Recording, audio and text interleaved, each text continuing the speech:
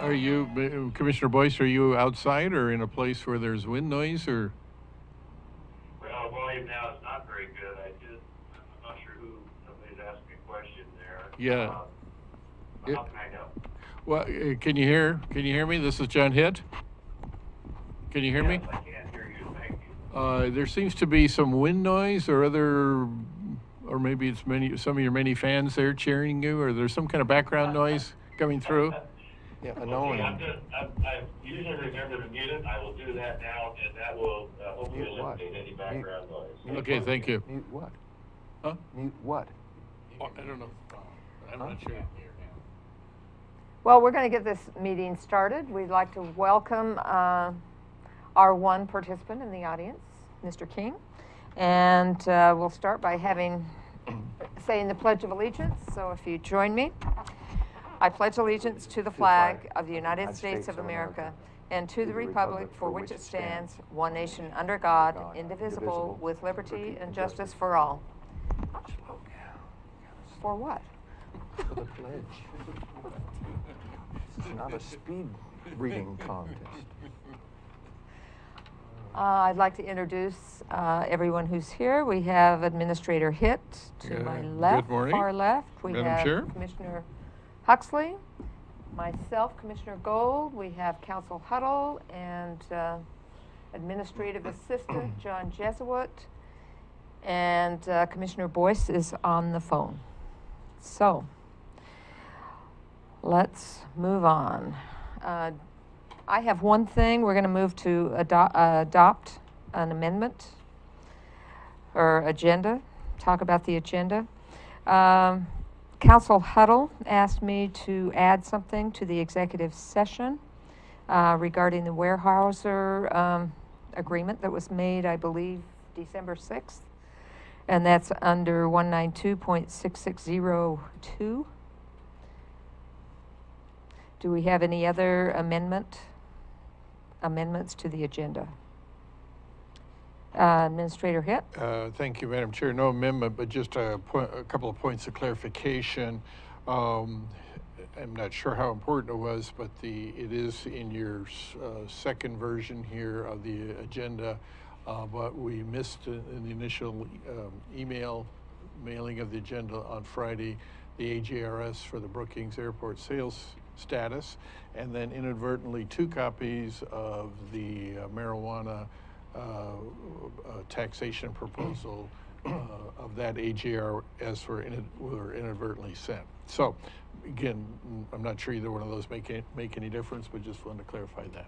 Okay, I got the agenda Revised, this morning, yeah, okay. the revised one, Okay, so I'm very good with that. Okay, thank you, Madam Chair. Do you have any agenda amendments, Commissioner Huxley?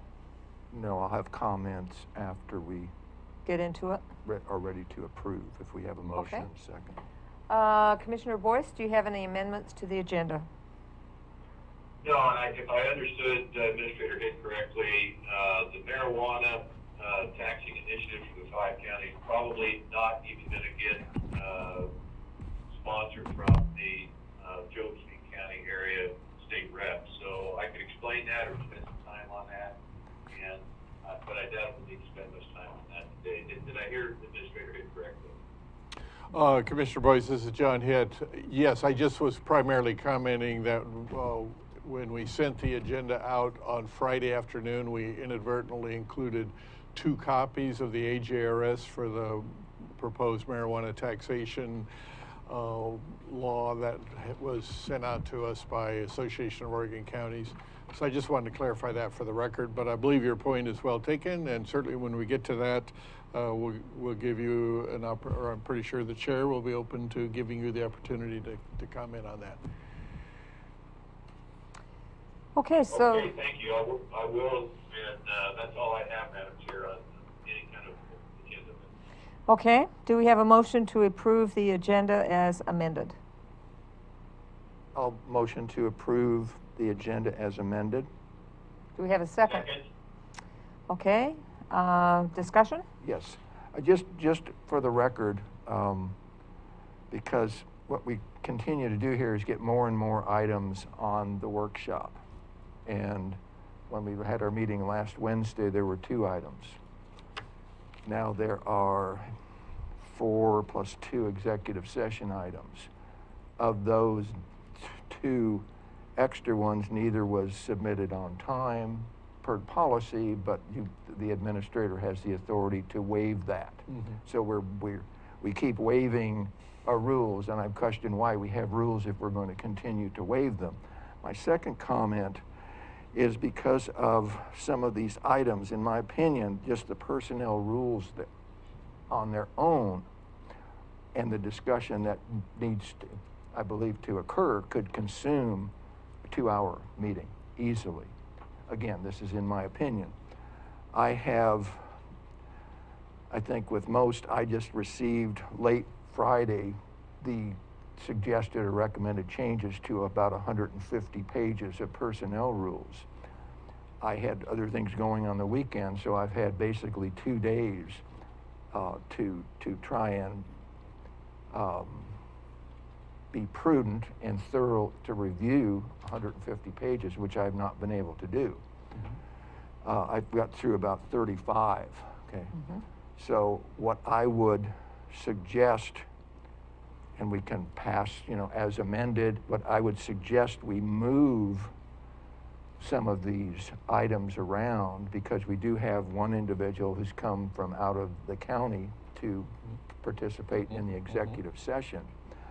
I would suggest, and again, we have a motion and a second, to approve as amended, but I would suggest we can approve that, but after that, I would suggest we change the priority of these and move the discussion on the personnel rules to follow the executive session, so that we can get all the smaller items out of the way, which on their own may consume the better part, or not, we won't really know, but they could well consume the better part of the first 2 hours.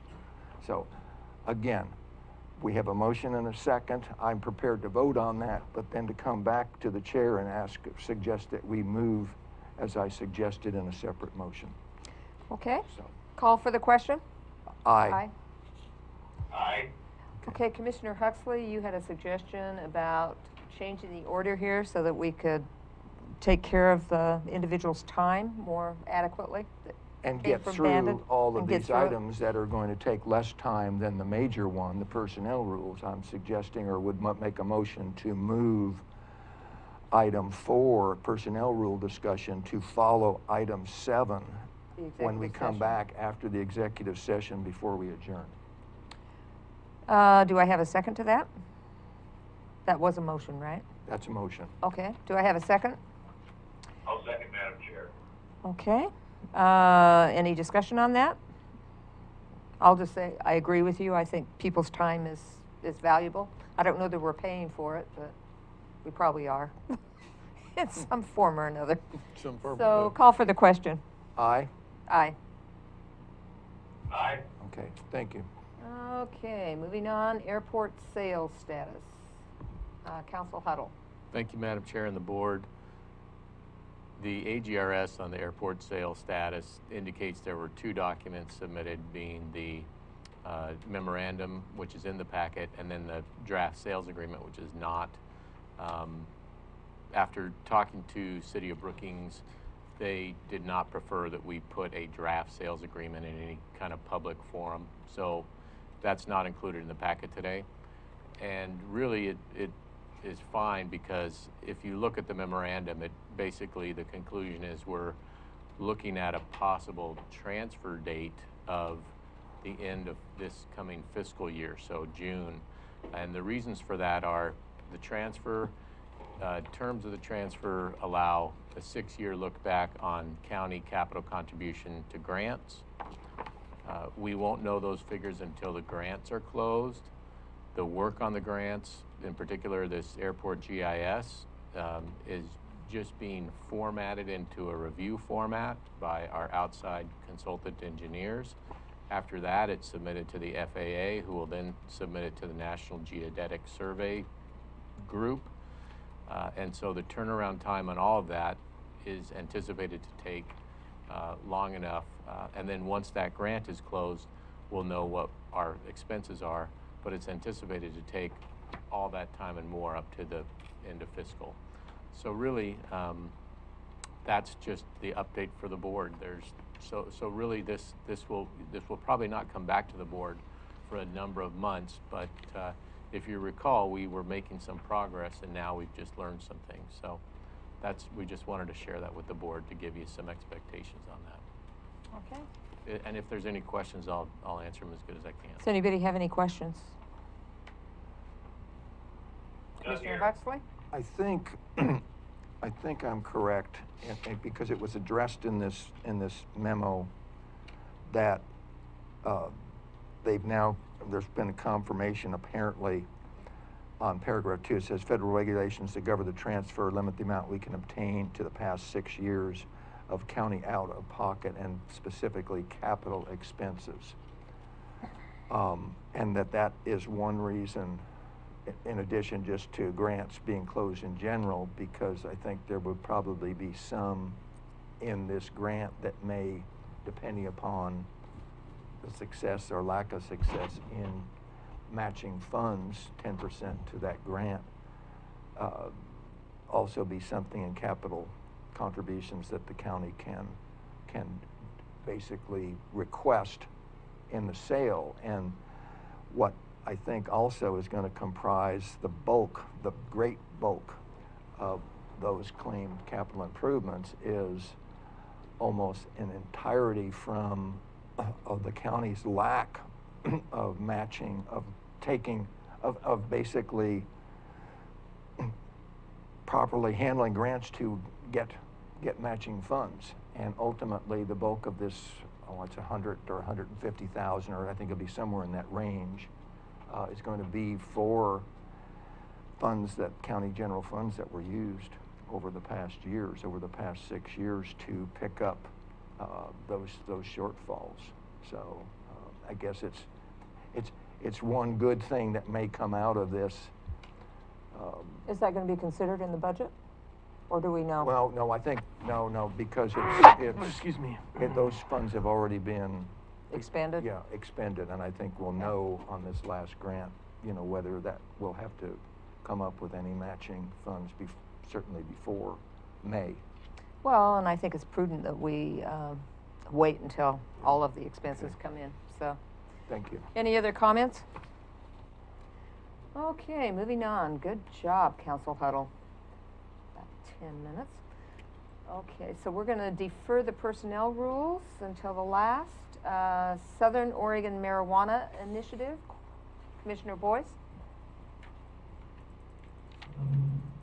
Hi, I'm just really disappointed in so much work went into this through AOC, Rob Lovett, who has tremendous respect around the Capitol. First, he was casually favorable to seriously looking into this proposal, spent a lot of work on it. Commissioner Dan DeYoung from Josephine County, of course, came up with the idea and also spent a lot of time. And so we just, as of yesterday afternoon, learned that the state rep there decided that no, because we didn't get, and I have to confirm if this is accurate, I believe it is, we didn't get the Sun Growers kind of their buy-in on this. And they're pretty well represented in the legislature through their lobbying efforts. He felt, the representative there felt like until we got that this needs to be deferred, perhaps indefinitely, maybe the 2019 full session. And so, yeah, it caught a lot of us off guard. It was, as you know, the 5 counties, the most depressed counties in the state, Douglas, Curry, Josephine, Jackson. And so it's not going anywhere this year. And so we lose another year. And it's so complex with the amount of involvement in the federal government, and the absolute expansion of the industrial growth of this issue and what it means for us culturally, what it means for, we've had this discussion, we've had workshops. And I think probably the biggest disappointment a lot of people have is that are involved in foreign and watching this closely is that the illegal growers, this was an opportunity to get them in line with the Oregon Liquor Control Commission. And I'm not saying that won't happen in other ways through different law enforcement agencies, regulatory groups, but it doesn't look like it's going to happen under this bill. And the other, now I'll conclude with this, Madam Chair. The 5 counties, some of the other counties were, in a sense, balking a little bit because they felt like, what about, you know, we have marijuana issues and illegal producers in our area too, but the best chance we had to get this passed was for the 5 counties, and almost in somewhat of a test case, and it would have, reasonable assumption, opened doors down the road for the other counties in Oregon in general. Right now, Oregon has the dubious distinction of being the #1 exporter of quality marijuana in the world. And again, not to overstate, but it has just happened so fast. It's hard to get a handle on any kind of regulatory success, or at least prediction of success. So we'll keep working at it. I've encouraged Commissioner DeYoung to stay the course. Just had tremendous appreciation and respect for what he tried to accomplish there. As you know, it's basically just the ability to tax the land under the plants and show some effort toward getting this under control, and just to give all of us to become better informed and educated on where this is headed. Thank you, Madam Chair. Okay, thank you. Okay, Flores Lake Forest Lands, is Carolyn Johnson here? Did I miss something? Can we have some further discussion on that Oh, last item? certainly. You have some discussion, Commissioner Huxley. Basically, I have some questions for Commissioner Boyce. I did read the 2-page, regardless of whether this is going anywhere or not. I think coming up for the meeting, it was, the assumption was it was possibly going somewhere. I have several questions. Commissioner Boyce, do you happen to have the document, the 2-page document handy or available so that you can look at it as I go through some of these questions? Well, I'm not the expert. I'm in my car on the freeway, so perhaps I can answer some questions or give you some insight. On first page, and this is a legislative concept is what this is. It's not a proposed House bill or Senate, legislation, Oregon Senate legislation. Because it has line numbers, it's like a legal document page. On page 1, line 11, where it gets into subject to subsection 4 of section 3, it gets into imposes a tax or a fee. It's basically a tax on the sale of marijuana items that are sold in the subject area or the area subject to the jurisdiction. In this case, it would be for unincorporated areas for the county of or the county of Curry. What are the estimated sales, so that some people could have a grasp of what we might be talking about, as far as a basis for this tax? Do you have any idea what the estimated sales are in the unincorporated areas of Curry County? I don't think they actually got that far. As far as in the legislature and in the process, as you know, without full areas, 5 county area senators and state reps, it didn't go to the next step of going through the process, and so everything was timed on the short session, and so to answer your question, I don't know if they got that far in the analysis. Well, Commissioner Boyce, that wouldn't be really the legislature to do that. That would be Curry County. And I think even if this isn't going to come up now, if it's going to come up in the future, again, it would behoove the county to investigate, if they want to pursue this, what the estimated sales would be for the basis of the revenue coming in, because I think that most of the citizens would want to know that. Let me just move to the next question.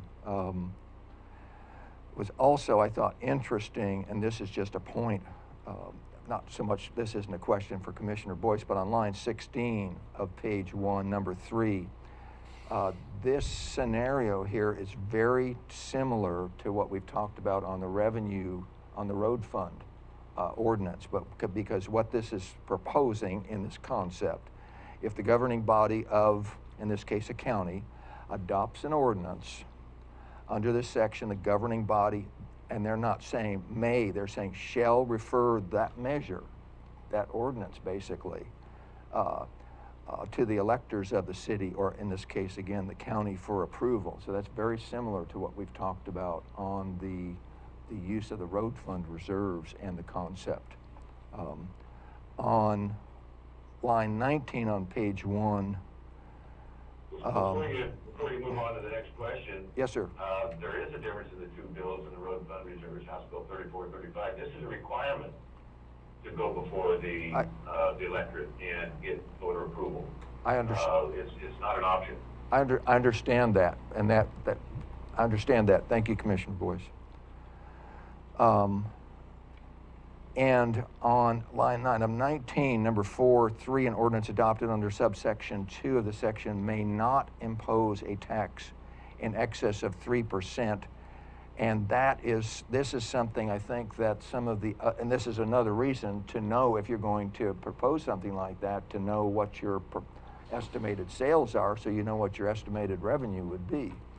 But the 3%, I think, was the max that was allowed, or what was left over, basically, from the state in the original tax that they wanted to take. Well, I don't think it could even go before the voters without that information, so. Well, but we should, I'm just saying, if we're going to pursue this, proactive. we should be proactive versus reactive.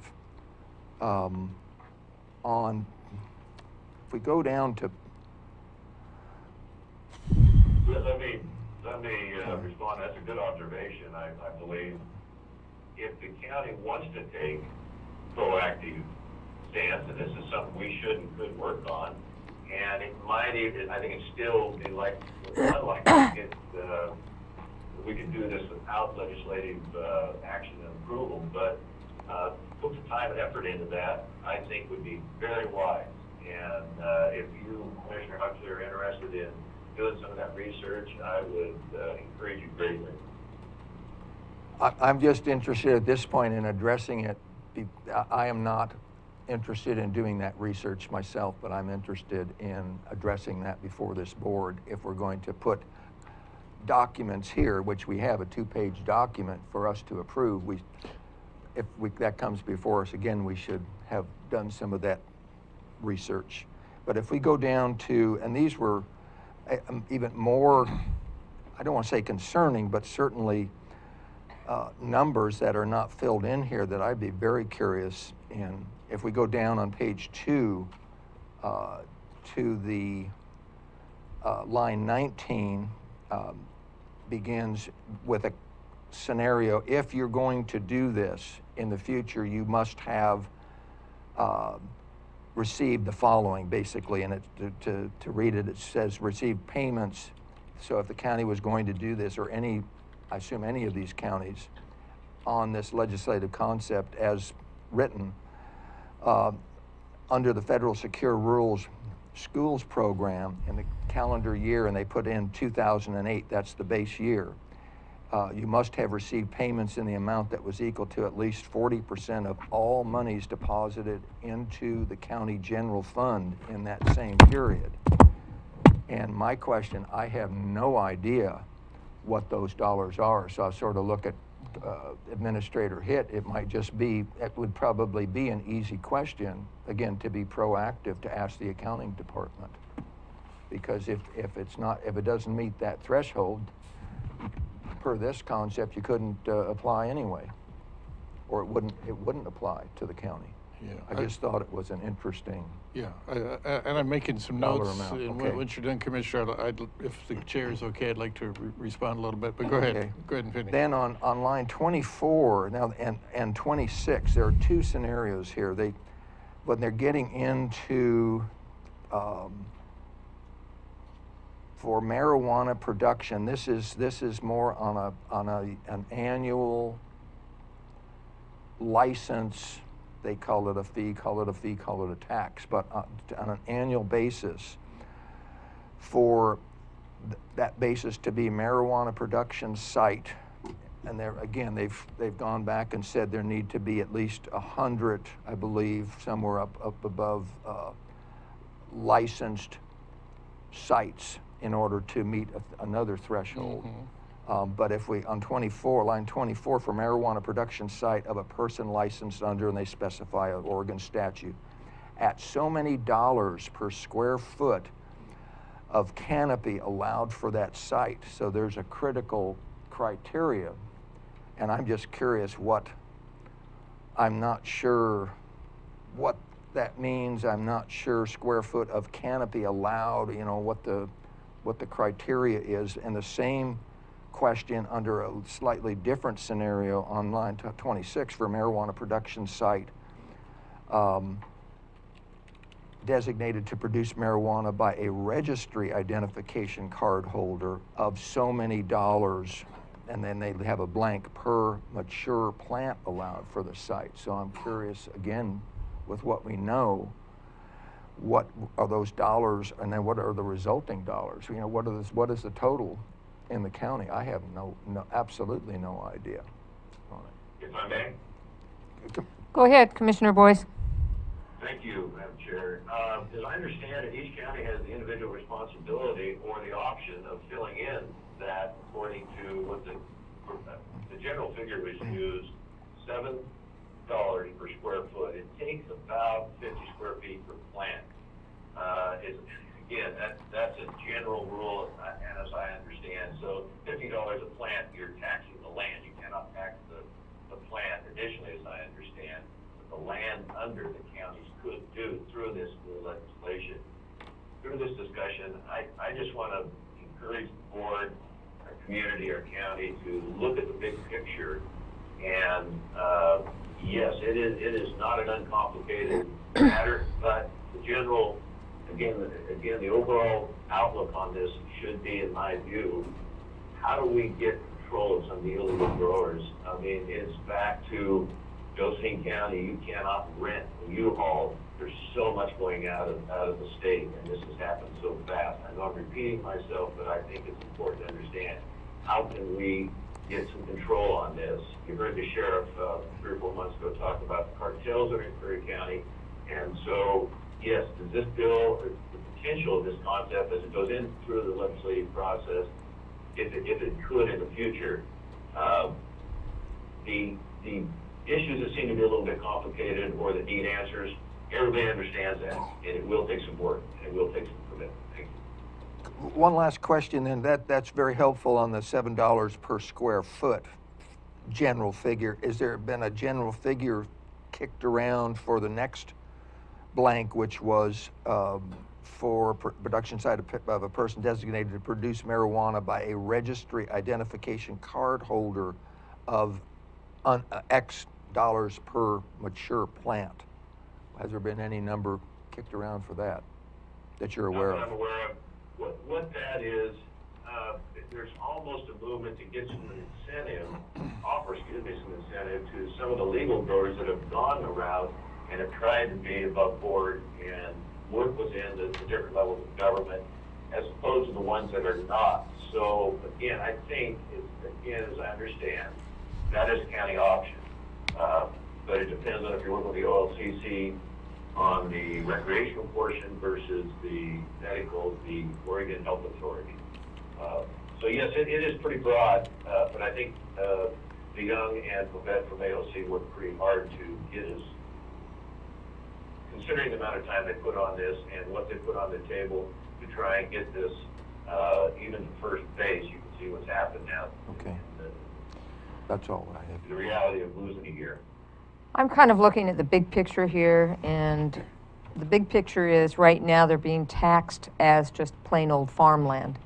And there's a huge difference between farmland, which doesn't eke out too many profits or revenue, versus marijuana. So I think that's why they're doing this. This is just my take on it.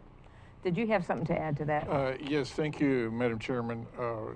To respond, not directly, but sort of indirectly in a kind of a broad picture sense to Commissioner Huxley's comments. What often happens in these situations where your governing or your organization that you're participating, Association of Oregon Counties, League of Oregon Cities, put together, it's very common during the legislative session and just prior to the legislative session to put together various legislative concepts, either favoring a certain course of action or in opposition to a certain course of action, that are broad brushed. In other words, all the details aren't figured out yet, and they're just haven't progressed that far. I don't think it's, in my personal opinion, a wise use of staff time to try to fill in all the details. First off, I'm not sure we could to a large degree, because again, at the AOC level, it's still just kind of more of an idea or more of a, do we want to consider having, giving certain counties the option, and it's only an option, it's not mandatory on us or any other county, to have a possibility of imposing additional fees or taxes upon marijuana growers. Now, my own personal view of that is I think we should have that option. And so I would personally support the legislature moving in that direction. Now, again, it's very common for those organizations to come to the counties and cities that are members and ask for some type of statement of support. Yes, we favor this idea. Yes, we favor, at least in broad brush, this type of legislation, or no, we oppose this type of legislation. Again, without the details being filled in. So I think we really have two options, either being willing to accept taking a position either in support or opposition, as our, in this case, Association of Oregon Counties asks us to, or the other option is we can take the position of, well, until you guys send us a complete and fully fleshed out legislative bill, we don't want to respond, and there's merit to that as well. So that's kind of, I think, what our choices are as far as whether you want to see these things on future agendas or not. The only thing I think would be not only interesting but advantageous for us to know is how many growers do we have in our county? Yeah, and I don't think we know that at this point, and I'm not Yeah, sure. I don't know our whether they're all mechanism under of- the radar Yeah. or what. Yeah, go ahead, If I Commissioner. may, that is the problem. Right.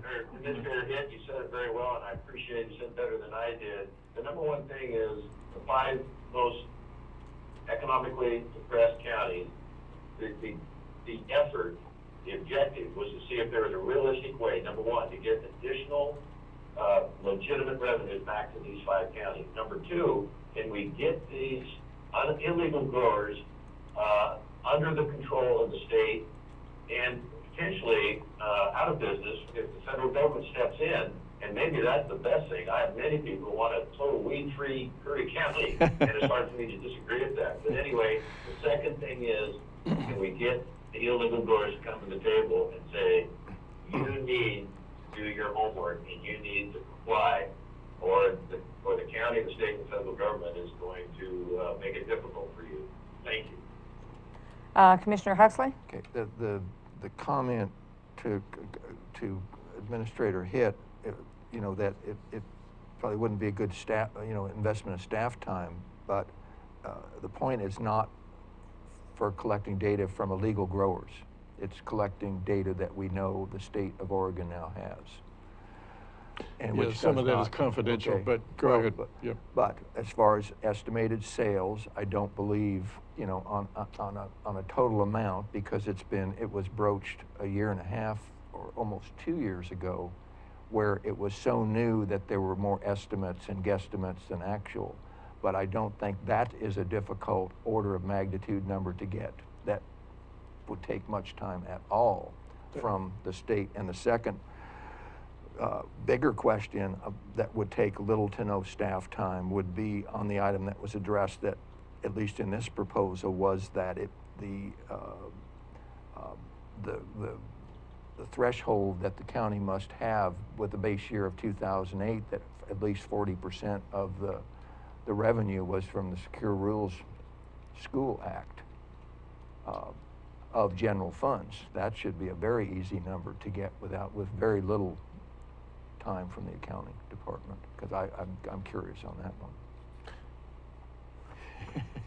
Yeah, and I don't want Straighter to hit? continue Yeah. a debate really, but just two comments real quick. And if Commissioner Huxley wants that information, I'm happy to go get it for him. I mean, that's no problem. But I would say, from my perspective, whether the sales in Curry County are $1 or $100 million, to me isn't a big deal at this point.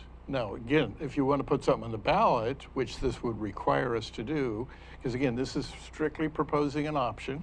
Do we want to conceivably have in the state law, broad brush question, an option for counties to possibly tax or impose a business license fee on marijuana growers? Yes or no?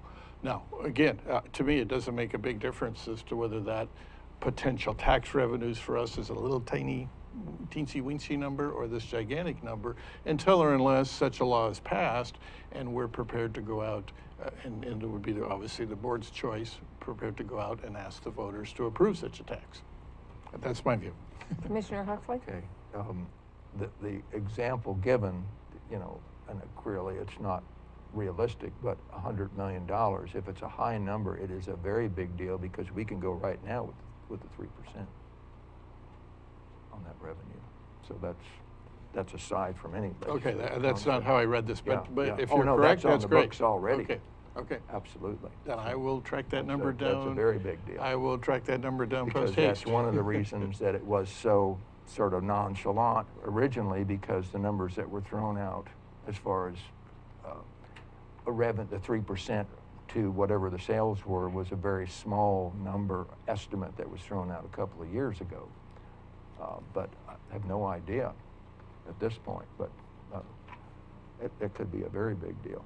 So that's my. I will that's the do my extent of best to track that number down. Contact. So if that's possible, I think we should Yeah. do that I agree. at this point in time.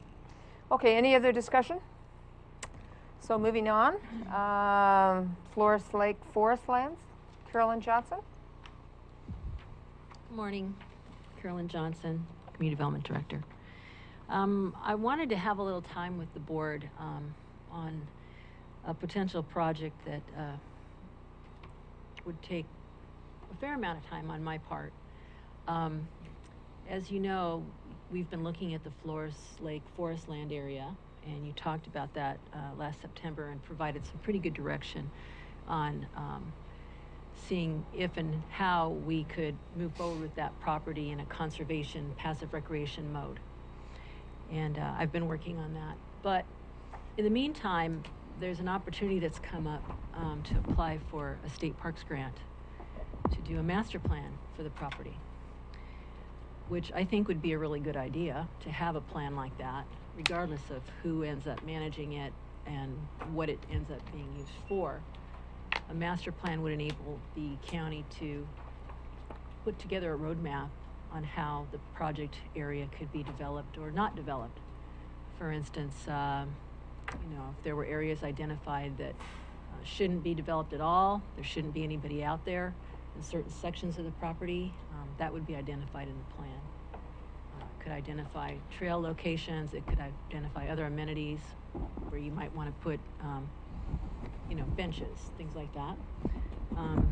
That's kind of a microcosm of the things that you can find in a master plan. It would also identify possibilities for joint use, engagement with other agencies on the property. Master plans can be very fluid. They offer a number of options, but they also identify some specific things that would be really important for any agency that would handle a big parcel like this. But to get to that, writing that grant, there's a few things that would need to be done. First of all, the board would have to be willing to commit to a match of the grant. It'd be about $8,000 for a $40,000 grant. Part of that could be handled by some staff time, but $8,000 in staff time is a lot of time. I don't know that that could all be handled for the match. The bigger piece of this, in my view, is that the grant application also requires that the county's comprehensive plan identify the Flores Lake forest lands as a significant area. And right now, the comprehensive plan is pretty weak in that area. It doesn't identify it very well at all. So before we'd submit the application in May, I think May 1st is the deadline, we'd need to do some comprehensive plan amendments. Fairly minor, they wouldn't need to be terribly technical.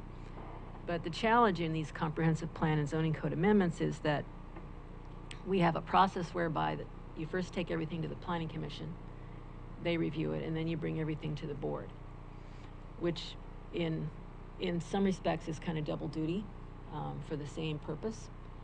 So what I'm suggesting is that if the board is interested in pursuing this grant, that piece of the work related to the comp plan updates, we achieve that in a potentially different way, in that the board and the planning commission meet together and go over it, and then the board would make a decision on the amendments themselves. But the planning commission would act in an advisory manner to you on that. The way the zoning code's written now, it says that the planning commission will review this in a hearing and submit a written proposal to the board. I think that we could work with the way that's written and still meet the spirit of the law, which is for the planning commission to be advisors to the board. So I wanted to put that out there and maybe have a conversation on your thoughts on that concept. So do we have any discussion or questions? Commissioner Huxley? You mentioned, would you repeat the scenario that you're proposing as far as the interface with the Sure. planning commission and the Sure. board of You'd have a commissioners? meeting like this, but you'd have planning commissioners here too. And we would go through the comprehensive plan amendments and present them. You could all talk about them. The planning commission would then take an action to either recommend or not recommend them to you, or maybe modify the language to some degree. And then the board would discuss it, and you would then take an action, all at the same meeting. It's a little out of the norm here. It's not unheard of, though, in other locations. I've worked with that kind of system before. Everyone really needs to be, though, on the same page that there's an interest in getting getting the thing done. But this language that I think we'd be looking at would not be something that would be, I think, terribly controversial. I think you have a very strong consensus in that area and throughout other parts of the county as well, that Flores Lake forest lands are very special. And I think it's fitting that you look at some comp plan amendments anyway to include that. So, but that would be the process that I'm suggesting. I'm sure there's other ways to do it too, but. So how much is the grant? The maximum amount is $40,000, and we would need to match that with $8,000. 8,000. Okay. Commissioner Huxley? You want to Oh, defer to county council first? County Council? Well, so I think if you listen to what the planning director said, the process she's proposing is not in our code. And generally with Oregon land use, you have to follow your code to have a decision be valid. If you don't follow your code, people can challenge it. And she mentioned that this is familiar in other places to her, and that we would be complying perhaps with the spirit of the code. That's nice, but it's not my experience that complying with the spirit of your code when there's a specific code process to follow Could has we a look? lot of success. Could So we look at- I would like to know Sure. from the planning director how do you identify the problem of having it follow our current code right now? What is the problem? with doing I don't that? think it's a problem per se. I think it's timing. If you look at our current code, when it talks about the procedures, Mhm. it says that I'm sorry, I should have brought it. I don't have it in front of me. But it says that it's in, I think it's chapter 2. It says that the planning commission will hold a meeting and they will provide a written recommendation to the board. They'll have a public hearing to do that. If that could all happen in one meeting and the planning commission do their thing and then the board do their thing, I think you would then meet the letter of the law. But I would defer to you on that. Okay. So the other question I have is, before we even get to the planning commission and what you're proposing here is a comprehensive plan amendment, is that right? Yes. And so from start to finish, you start with some text and then that goes to the state and they have a certain amount of time to review it? I would send that to the state ahead of your meeting. Correct, and there's a certain number of days you have to do 30 it. days. What I'm trying to do is really get back when you need the decision by and then working backwards, what the timelines are and the steps. I would need the decision by May 1st when the board is, or when I have to submit the application. And frankly, we'd have to move back from that maybe by, April 1st. So we'd be looking at something coming up pretty soon. Send something to the state, set up the hearings that could potentially happen one right after the other. If we need to go, which it sounds like we do, we need to go with that code section in the zoning code. Well, I just, what you're talking about, and you mentioned a consolidated hearing. If I'm not mistaken, in the past, what we have done is have two different hearings and comply with the code and have a decision of one body making the recommendations essentially be finished on 1 week, and then the very next week we have the meeting scheduled ahead of time and just have a very short window of time between the meetings to help. And what you're saying is yes, and in this case, the short window of time would be, virtually instantaneous, or 1 minute to the next. What about having two meetings both on the same day? That'd be fine. What's the, okay. That would be So fine. I'm just trying to, the joint meeting part, I'm concerned also about I'm just having the contemporaneous exchange of ideas amongst the two different bodies, which maybe someone could argue could defeat the recommending versus not. It's just, I think there's other ways to do it than having a joint meeting. And I'd like to just have the time to go over the code before having the board make a recommendation. What might make sense is after hearing some of the concept here, we bring it back to the board at its next meeting to make a decision on whether it wants to do it, since you can't make a decision today anyway. So, but I just am not comfortable enough with the concept departing from our standard procedures, which if there's one way to get have a legal problem in land use, it's to not follow your own procedures. And so what I need to do is get comfortable with Planning Director Johnson's idea and make sure it follows our procedures. Otherwise, you would probably have to amend our code to allow for a joint meeting, and that would defeat the whole purpose. Well, we'd have to go through quite a bit of Exactly. time to get there, so. Correctly, correct. So I just want to get more comfortable with it.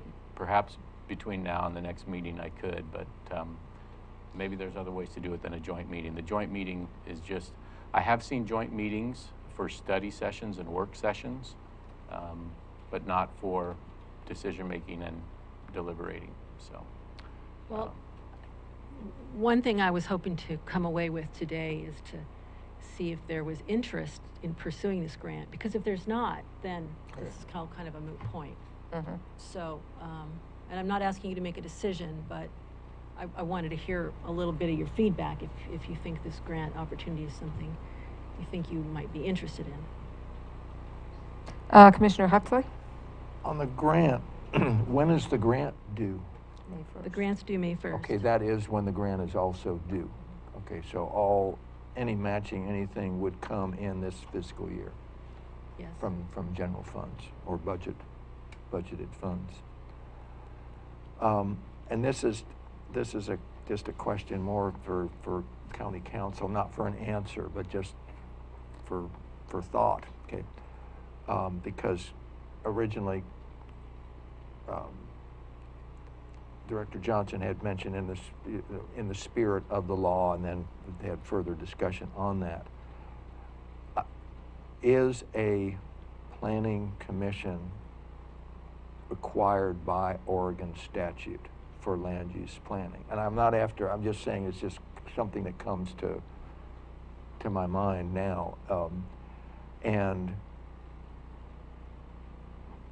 if not, are there any counties that don't even have I'm looking forward, I'm not looking at this specific topic, but looking forward. If not, are there any counties that don't have a formal planning commission? Those are Right. just two questions for thought, that's all. So not for answers. just loosely, without having time to research it, my understanding is there's a requirement for some level of citizen involvement under what's called the goals. These are the statewide planning goals. Goal number 1, citizen involvement. So local governments are supposed to have citizen involvement.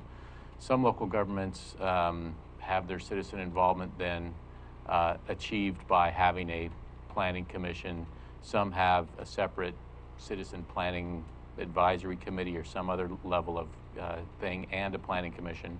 But then the statutes specifically allow for a local government to have a planning commission or a hearings officer. And I believe there's some counties, I came from Jackson County, I'm nearly positive they have a hearings officer.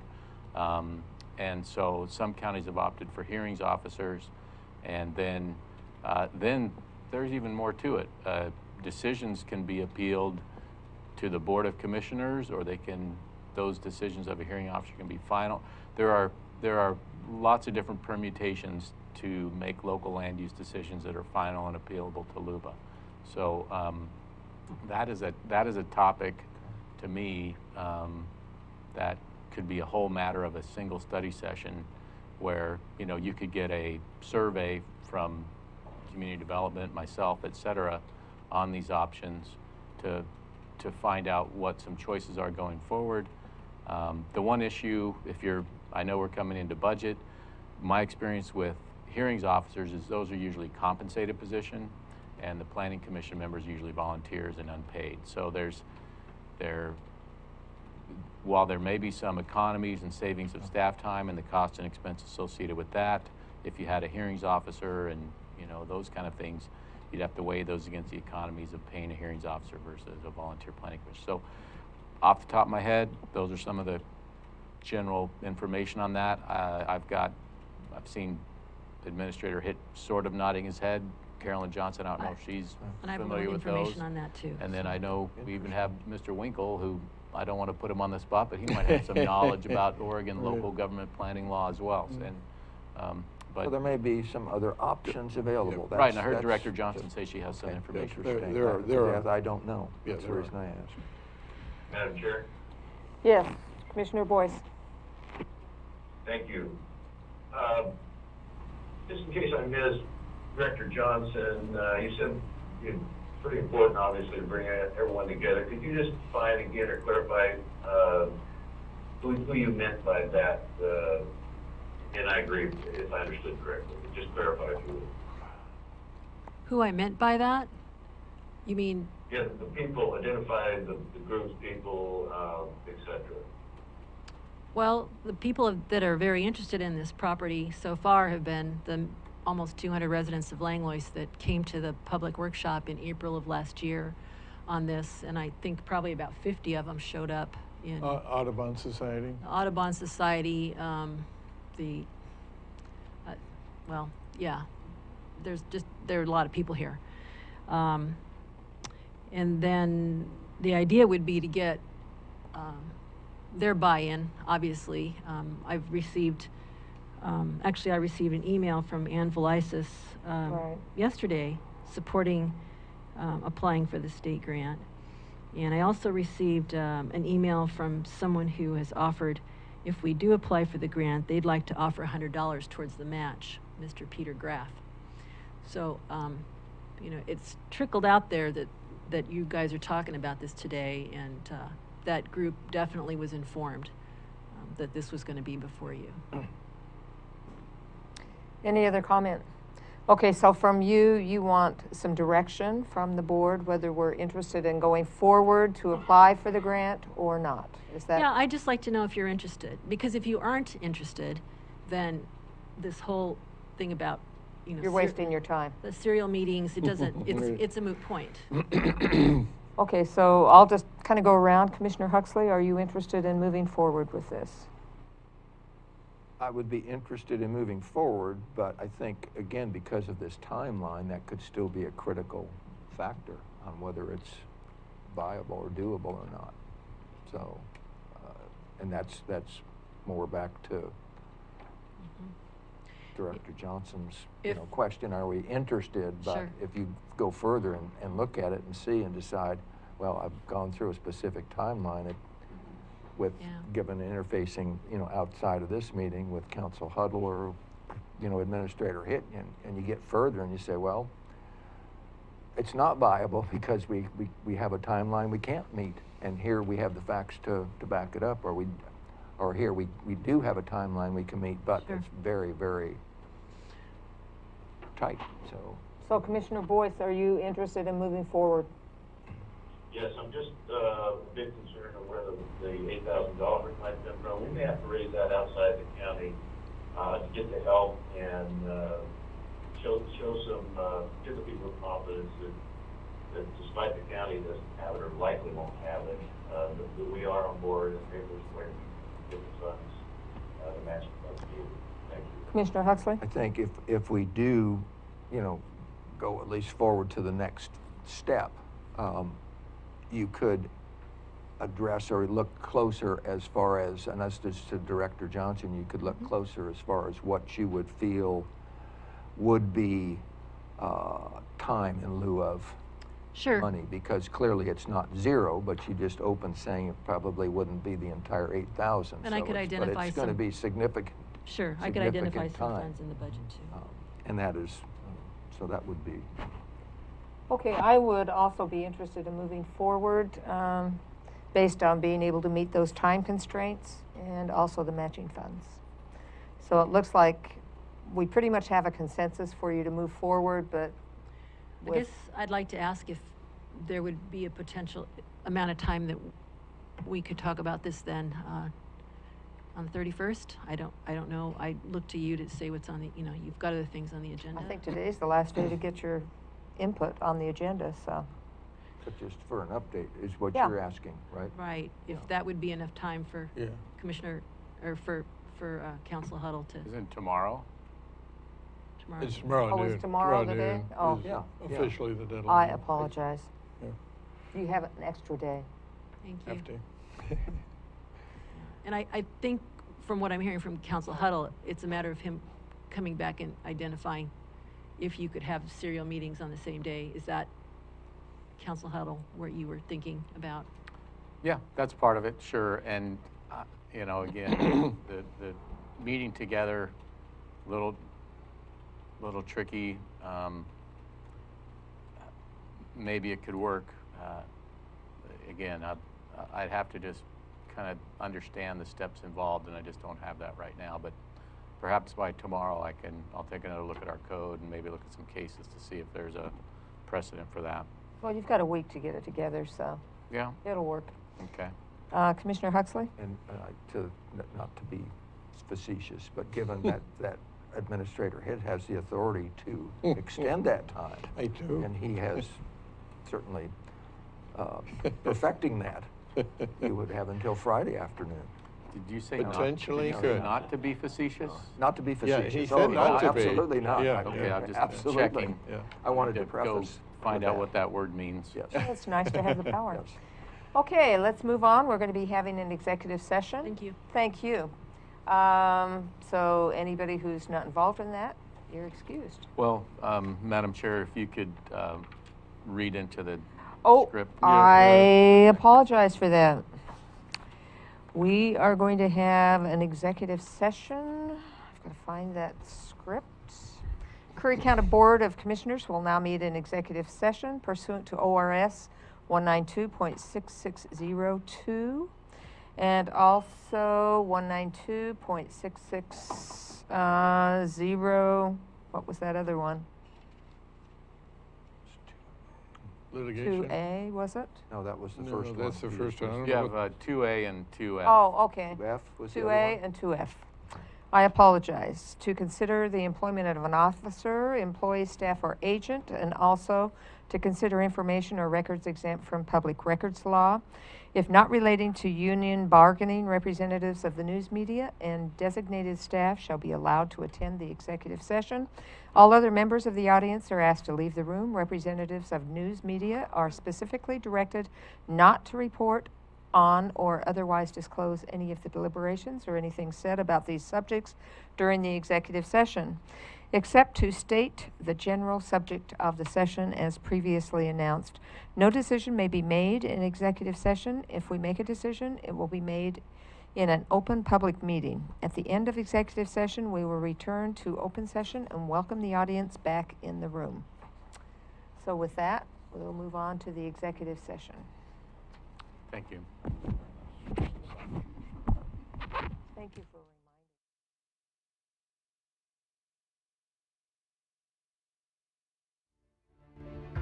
If yours is the next big idea and you need the right place to fine-tune it, build it, launch it, if you're only your best when you can play more than you work, if inspiration comes from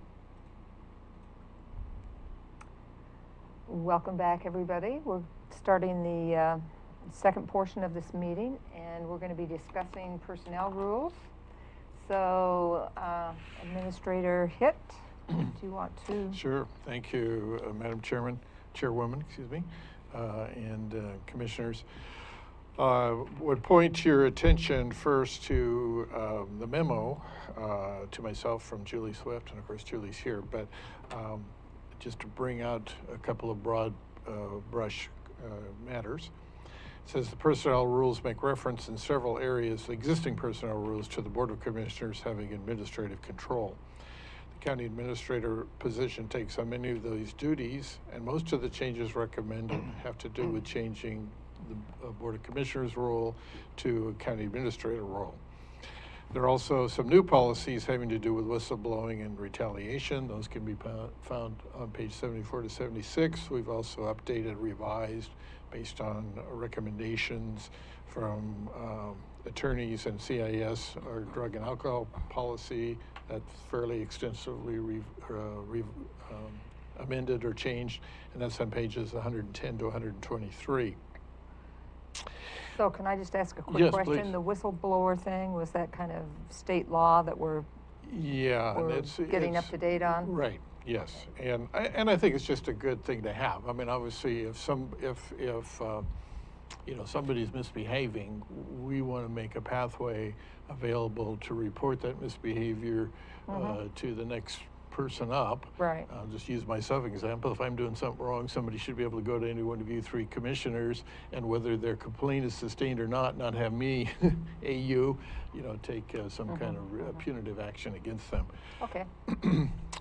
These proposed changes, and they're indicated in the red print and the strike-throughs, have been reviewed by County Council. There's also, in addition to the Curry County personnel, which is the fat one, there's also Department Head and Elected Official Handbook. That also has been updated. Fewer changes to this one. Again, focusing, other than some language changes and format changes, focusing primarily again on the role of the county administrator vis-a-vis the department heads, vis-a-vis the elected officials in the county. I would just like to say too, just as, and this would be reflecting on Commissioner Huxley's comments at the beginning of our meeting this morning, there's a variety of ways of doing these types of major policy review. And obviously the personnel policies are very important, no question. And I think anybody that's been involved in city or county government for very long will testify that what personnel policies say or what they don't say often becomes a very contested point, either just in the day-to-day processing and procedures of handling personnel issues, but also in many cases ultimately legally if it's felt that the policies were not followed or that the policies are not current and up to date. So they're very important. But one of the things that I think you as a Board of Commissioners have to decide is the intensity of the review. If the desire on these major policies or even more minor policies is to review them very particularly in substantial detail, and that's certainly your right, and I have no objection if the board wants to do that, but that would be one time commitment on the part of yourselves as far as keeping the minutes and so on, versus what I'm used to. That doesn't mean necessarily it's the right or the best way, but just that's what I've seen mostly of, a more focused review that focuses primarily on the proposed changes, plus maybe other major concerns or questions that the governing board may have. So, again, it's So I your have a call. question before Yes. we proceed. You've been through lots of these types of documents Yes. in your past history. Yes. Did this look like it was pretty tight, or? It was. I actually compared it. I had printed or had emailed to me the personnel review manual from my prior employment with the City of Lebanon, and actually been updated since I retired. And compared it with that. Also compared it with some of the materials that CIS had available, and I felt that yes, I felt it was a very close pattern, format, content to what I was accustomed to. Now, doesn't And mean Council Huddle reviewed everything. Council also. Huddle reviewed it, and we also, Councilor Huddle, you also had another attorney take a kind of a cursory look at things as well. So it has been reviewed, has gone through legal review. And Julie, go ahead. Oh, and CIS, yes, thank you. Yes, Okay. right. I just want to make sure all the I's Absolutely. are dotted and T's crossed. Absolutely. So, and with that, I would then, for any more particular focus, I'll either turn it over to Julie, or if you as commissioners wanted to. Well, maybe we should talk about how are we going to approach this? Okay. Are we going to look at the changes? Are we going to look at this line by line? What do you think, Commissioner Huxley? Well, again, I think commissioners just received this late last Friday. Or that was, and I didn't look at it Friday. I'd glanced at it over the weekend. You mean you have other things to do? So, well, I just glanced at it, but it is very important. Yes, it is. Um, And that's why I asked Yeah, the and specific I questions. approached it that way, certainly because of experience I've been involved in over the last 3 years with policy, with orders, with old orders, with so forth and so on. So I took it to go through it page by page, not just only where I saw red, okay? So did you have um, some particular concerns as you went through I it? have concerns. I have, just comments throughout the entire thing. Okay. Not just if it was red or just because so-and-so reviewed it, it's okay, and suggestions. If nobody wanted, for the commissioners to look at it detailed, then we shouldn't even have received it as far as I'm concerned. But I thought it's an important document, and I have a lot of comments.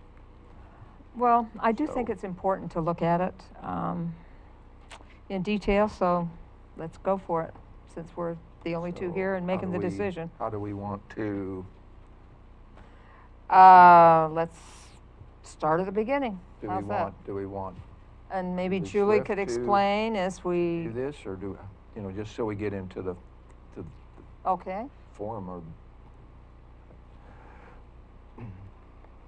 Julie Swift, payroll and HR.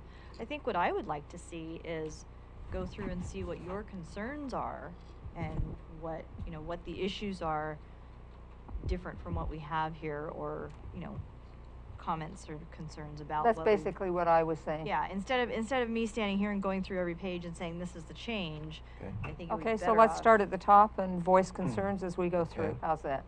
Do you have any?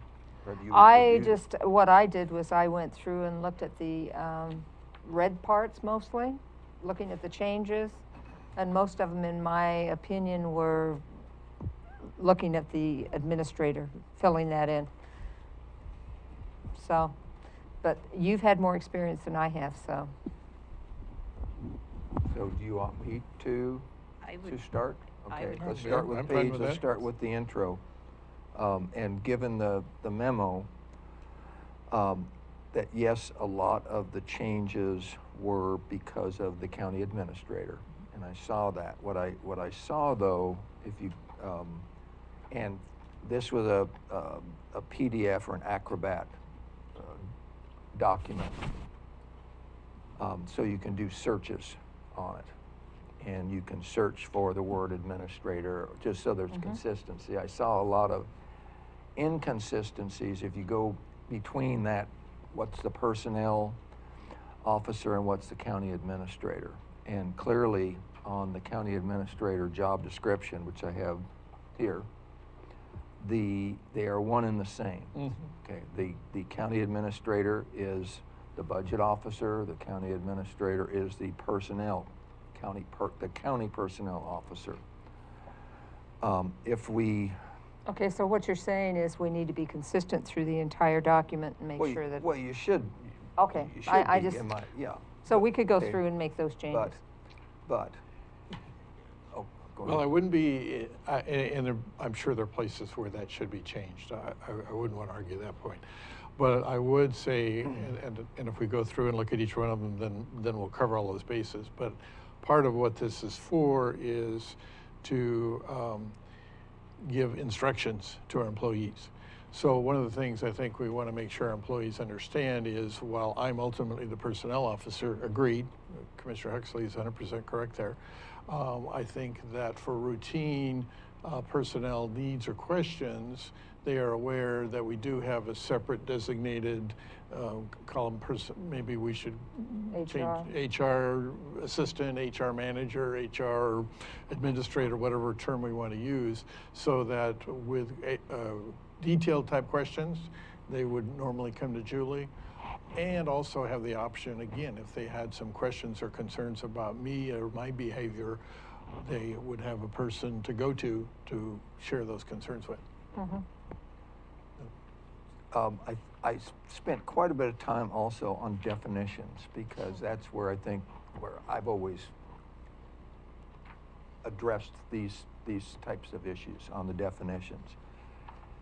And I think, you know, when we get to that, I had quite a few questions, suggestions.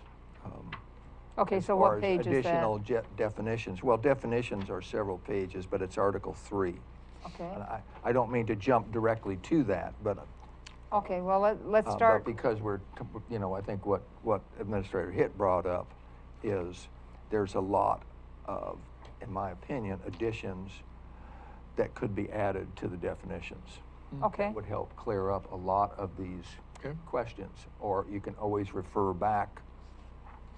you Well, know, and to actually, definitions. that's reasonable, Okay, so so. do you want to but- dig into the well, definitions no, first? or- Let me, because that's so close to where we are. Okay, Let me just go through, but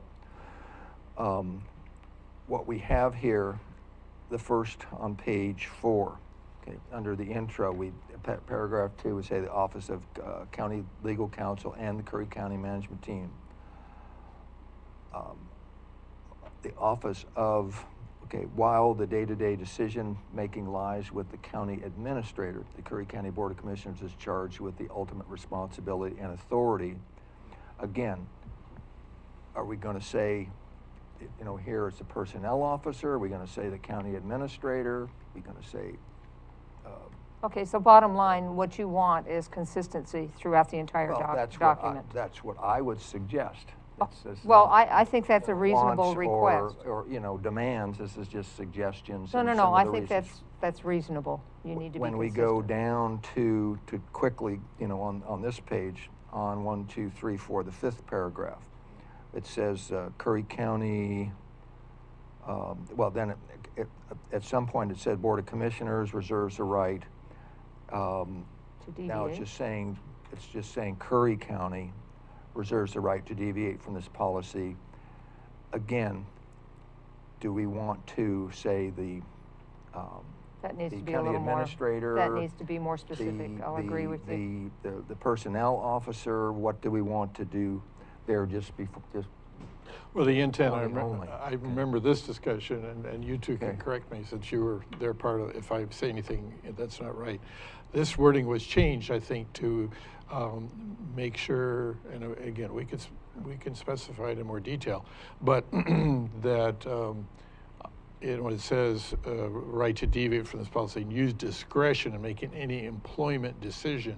So that was the ability to, rather than having to go to you guys, well, we want to hire this person, but they don't quite meet this exact qualification or something else. I would have that authority to do that as county administrator. well, that's not what this Or, says to or, me. or you as a board would have that Well, authority. but that's not what this says. This says, to me, where you're being specific, you know, and I don't have any issue based on what we're talking about, the definitions, and most of these were changed because of the county administrator position. Right, But you correct. just explained that you would have the authority to do that. Right. Okay, Right. as the county administrator. So would it be better said, But Curry here- County Administrator reserves the Or- right? Or- is or it- board. Is it the personnel officer No. again? It's back. No, it's not the No. personnel It's back to officer. that, Yeah. okay? Or do we name everything, forget the personnel officer and call it the county administrator, but it's a personnel document? Personnel Well, function, yeah. if you look in the definitions, when you talked about definitions, the definition of personnel officer, did you read that on page 12? Oh, I've read, definitely. So the personnel officer is the position the board has delegated responsibility to assist the county administrator in the administration of the personnel rules and to perform other personnel administration duties as assigned. If we want, then we should agree on that first, because I had some questions on that definition. See, so but to me, certainly the key is the definitions. If you can't get the definitions right and agree, it's gonna be Then there's a chaos as you problem. try and go through the rest of the document. So do you want to go to the definitions first? Well, I I think county council? County Council? if I could, thank you. So going back to the, I don't want to move off of what we were just talking about, the change from Board of Commissioners to Curry County. Because what we did want is to have that allow flexibility. So what is the county? The county. There's a, The county, exactly. well, What is it? but the county starts with the Board of Commissioners. All powers of the county are vested in the Board of Commissioners unless they delegate it. So, to me, what that means is then the county means the Board of Commissioners are as delegated. But And if you look at the pyramid yes, of authority, we've got the citizens up at the top, and then the Board of Commissioners. well, I'm using a different organizational chart here. Yeah, I As just. per the ORS Well, gives it, yeah. I would have a hard time believing the citizens of Curry County are going to make decisions under these personnel rules. I mean, Well, that's what we're talking about here. probably not. It Okay, just seems a little ambiguous, so. Well, right, I see. So what you're saying is, and again, you got to keep it in context, but what we were trying to do here is actually not be specific and allow for Curry County to mean, the organization, the entity, and then in this document, it talks about who does what. And instead of each time saying county administrator has the right to deviate from this policy and use discretion in making employment decisions, or the personnel director, because there is a part in here about the personnel director playing some roles, or even county council. So what instead of saying the Board of Commissioners, we left it up to whoever has their delegated authority. So if you want to clarify that to say any, Curry County designee operating within their authority has the right to, so basically the idea is that we're building in flexibility in the rules, and I agree there's a trade-off between clarity and flexibility, but there are times where you can't, the general rule on legislation is, it's very hard to make a rule for every possible future situation and see everything. So that was our argument. staff's goal in using that Okay. phrase. But how could we do that without Well, we've gone incorporating back every now, and we've now referred to it as the county, and now Well, there's a discussion. Curry you know, County, yeah. What is Curry County? Sure. And if you go to page 5. Yes, sir. B1B, one question there is define Curry County then. But what is Curry County? You've defined it one time, and you've taken care of it for the balance of the document. So add a definition of Curry County. Absolutely. So add a definition. Absolutely. My question, not is you will, my question is define Curry County in definition, possibly. Okay. I think then you've answered that other question where you can always go back to the definitions. What is Makes it? sense. So when you're looking, you said page 5. I'm looking page 5 where I marked it on 5B1B. Which article? Okay. Begins 5B, article, well, I'm on page No, I 5, understand. Article 1. Yep. On page 5. Yeah, personnel rules are not a 1B. contract. Yep. And Begins Curry County, and my comment was Curry County, define Curry County in the definitions. Good. Right, because that comes up a number of Define times. it one time, and you can always refer back to it. Yeah, You because can I'm just refer kind of somebody going else over back this, and to it comes up again, so. on it. Well, as we're here at the Okay. work session, the idea again, so then Yeah. for the purpose of these personnel, and this is what work sessions are for, to Mm-hmm. really hash out ideas and meanings, and we're not taking up a adoption time or a regular Right. meeting No, to do this. no. So the concept of Curry County is, again, it's the legal organization, and in the statutes, all powers are vested in the board unless delegated. And as you know, through the administrator position, we delegated to the administrator. And then these rules are also an example of a delegation. So to me, what is Curry County? Curry County is, a political subdivision of the state of Oregon, a general law county.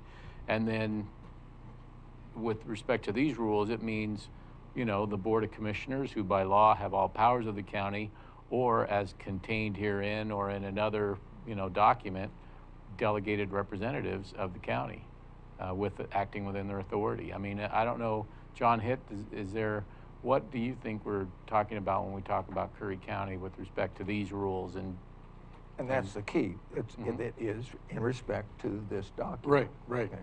Yeah, no question. It's the governing board and their appointed officials to carry out various tasks.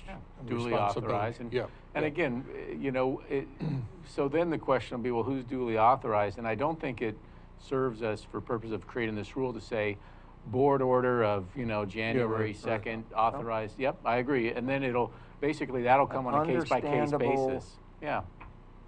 Sure. Article of definitions All right. that can always be referred back to and should be the guide for the language that's used throughout the. Well, so I think, The I don't know, document. I think Julie's taken notes, so we're gonna add a definition of county. It will be along those lines. Mhm. And then whenever we see county in this document, we'll know it may mean the Board of Commissioners or the county administrator. And if we have a question, we go back Yep. to clarify in the definition. Well, and I'm seeing in a lot of these paragraphs, it starts with Curry County, so that would be a good Mhm. Yeah, no, definition to that's- have yeah. there. That makes So sense. let's go ahead then, let's jump, we can come back, let's start and go through the definitions because they're alphabetized. Okay. That's Article Okay? 5? That's Article 3. Oh, 3, sorry. Page on 10. page 10. Page 10. Well, Okay. it Or- seems like that was the last red mark on page 4. Correct.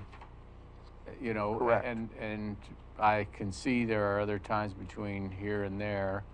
So now we're going to Well, page 10. if you say the last mark, but again, not You not had to other- jump sure, around, but I no. had another question, and again, it Are a lot of your revolved around the questions definition. referring back to definitions that you have A questions lot on? we're referring back for clarification, yeah. Now, Well, this then one, that's- again, on the 1, 2, on page 4, on the intro, but I'm normally gonna reference the page number at the bottom. It's easier that way than getting into articles and. Good, yeah, I agree. But on the 1, 2, 3, 4, 5th paragraph down, again, it references the Curry County. We said, okay, if we want to do that, that's fine that way, if you define what that is. Okay, down on the last paragraph, on the last sentence, it said representations made by supervisory employees. Okay, so, okay, that's one, and I have another one with department heads, definition, what is a supervisory employee? It's defined in state law, actually, Okay. but, yeah. Which is fine if Well, we have it, but. We would but want to for make sure that's what we're definition, talking who about. is a you're saying representations made by, okay, that are So- contrary to. Yeah, although this is a negative. So what this is trying to avoid is somebody that's even like a crew chief in the road department saying, oh yeah, you can do X or you I can agree, do because Y. my next Yeah, comment was right. wide limit, after you define what a supervisory Right. employee is, because it's So we want to stated. take away that claim. Well, my supervisor said I was, Okay, I then my didn't need to question is, follow why, this. why limit based on this? All of a sudden, somebody else says, well, I wasn't in there, I can do whatever I want. Restrictions made by, but that's anyone, so Julie's in a supervisor position, I am, John Huddle is. I mean, there's anybody that's in any authority over any employee is in a supervisory But are we position. you're limiting to supervisor, now that you start to define it. Right. You've limited it. Right. So you think that needs to be another definition in there? Oh, I think so, Well- but my question goes further, is why limit? And is everybody else fair game to say whatever they want? Well, So on, we could add that. I've never heard of a fellow coworker, again, we're using the road department, saying, oh yeah, Joe, don't worry about it. It doesn't matter what it says in here. You can do whatever you want. I mean, sometimes, and then that employee figure, oh, my coworker says it's fine, so it's fine, without even checking with his or her supervisor. Now, I mean, again, I don't have a problem adding what a supervisor in his definition if we don't, and I guess we don't. hello? Yep. Yeah. But sorry, Julie, go ahead. Oh, we On do have it page- here. On page 6, We do there's have a it. definition of supervisor, which Yep. I have moved to the definitions. Okay. So it's moved from page 6 into the definitions under supervisor. Yeah, number 27. It's page 12 on my version. Yes, Well, thank you. So I actually. I'm out of it. That's okay. I like the second. So Tom Huxley's making 2 points. He's saying, Commissioner Huxley's saying, one, what is a supervisor, but why are we limiting it? Because what he's more or less echoing is we removed the limitation of Board of Commissioners to allow flexibility in Curry County. This statement could be made almost in the abstract and saying representations, without saying by whom at all, that are contrary to any of the following policies shall not be binding on Curry County. So why limit it to supervisory employees? Why say who they're made by? Just say representations that are contrary to any of the following policies shall be binding on the county. That puts us in a more flexibility that would apply in different situations. It could be circumstantial. Correct. So Okay, Hence my question, yeah. why cross that limit? off. is that, and that, I think as legal counsel, I like it to be flexible, to apply to multiple situations. And, I'm nearly positive it says in here as well. Yeah. And it may again, somewhere else. Yeah, Yeah. but anyway, that's. You didn't get through it all. That's Oh, the I problem. didn't, I only got 35, but my comment at the bottom again, and this is after you get to that point where Adobe is so marvelous a tool, you go through on a search by word and it'll pick up where you have others or where you have differences that you pick up, Okay, where so you we'll don't. remove that segment that just says made by supervisory employees. Okay, if we go to rather than, okay, now we're in, So what page are we on now? I like going page by page so that we don't flip back and forth. okay, and then when we get to the definitions, we get to the definitions. if that's okay. then- That might be okay. easier. Um, Okay, so what page? On page 5, Okay, gotcha. on I had a question mark on the first paragraph, all in caps. These rules, and I wasn't sure because I didn't have the other document to see whether because this was underlined, was it an addition to? No, But- it's current language. Okay. Current language, yeah. It says, these rules set forth the policies and procedures to be followed by the county in the administration of its personnel program. Okay, so it's the county's personnel, is that what the Yes. Yep, meaning was? yep, Okay. yep.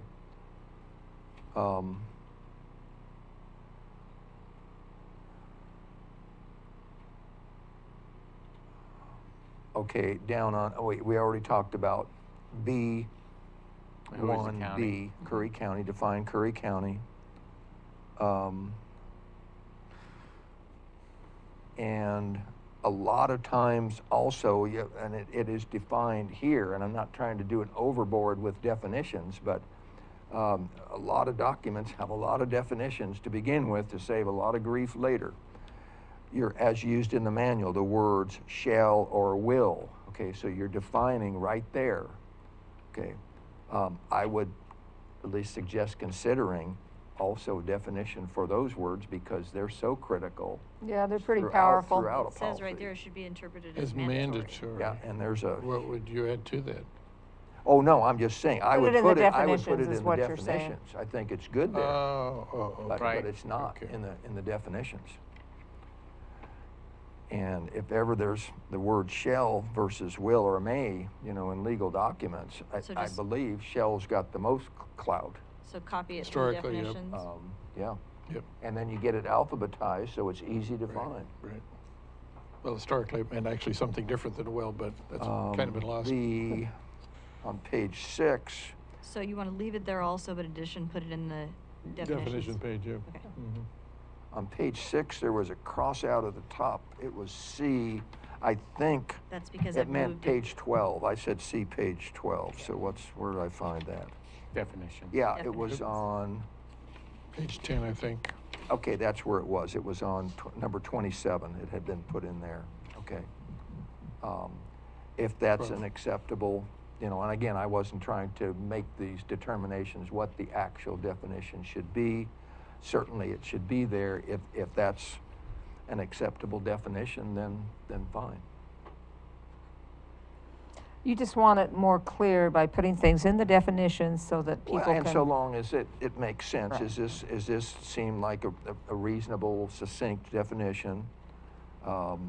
So are the definitions usually put first in most of these documents? Typically, yeah. Okay, just Yeah. curious. We could change At it. least what I've seen, Yeah. or certainly up on the front end, maybe Mhm. not I after an think intro or the something. introduction should be first. You know. Intro Well, and then after- maybe after the definitions intro, yeah. after that. Yeah, after the But So you don't think typically- intro and then statement and then, Yeah. I can move whatever around, however you want it. Okay. So do And- you want the definitions then before the equal opportunity and non-discrimination? Or do you want it before the statement and purpose? I think statement and purpose first, before And then definitions. Did the And then definitions definitions should after follow that. that anyway? Yeah, they were. Definitions would be Article 3, and Article 2 would become Yeah. definitions would become Article 2. Equal opportunity statement will become Article Article 3, so 3, flip-flop those. Sure. Yeah, that works. On, what were we, page 6? Yeah, Mhm. page 7. Now you're page 7, okay.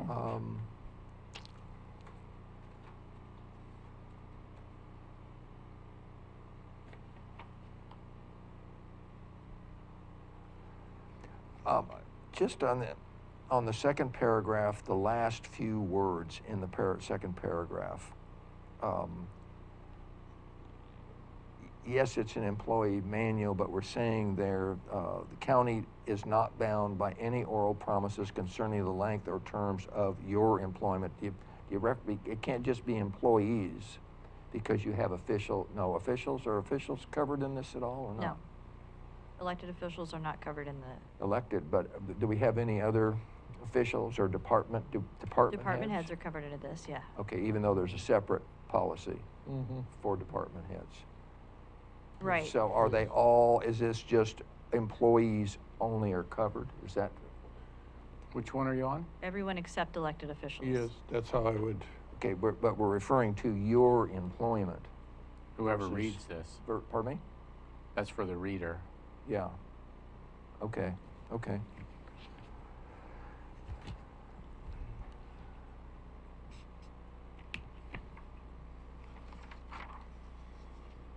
Um,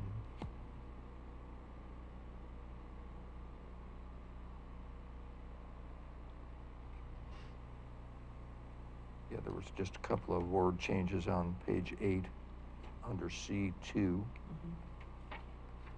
on the whistleblower.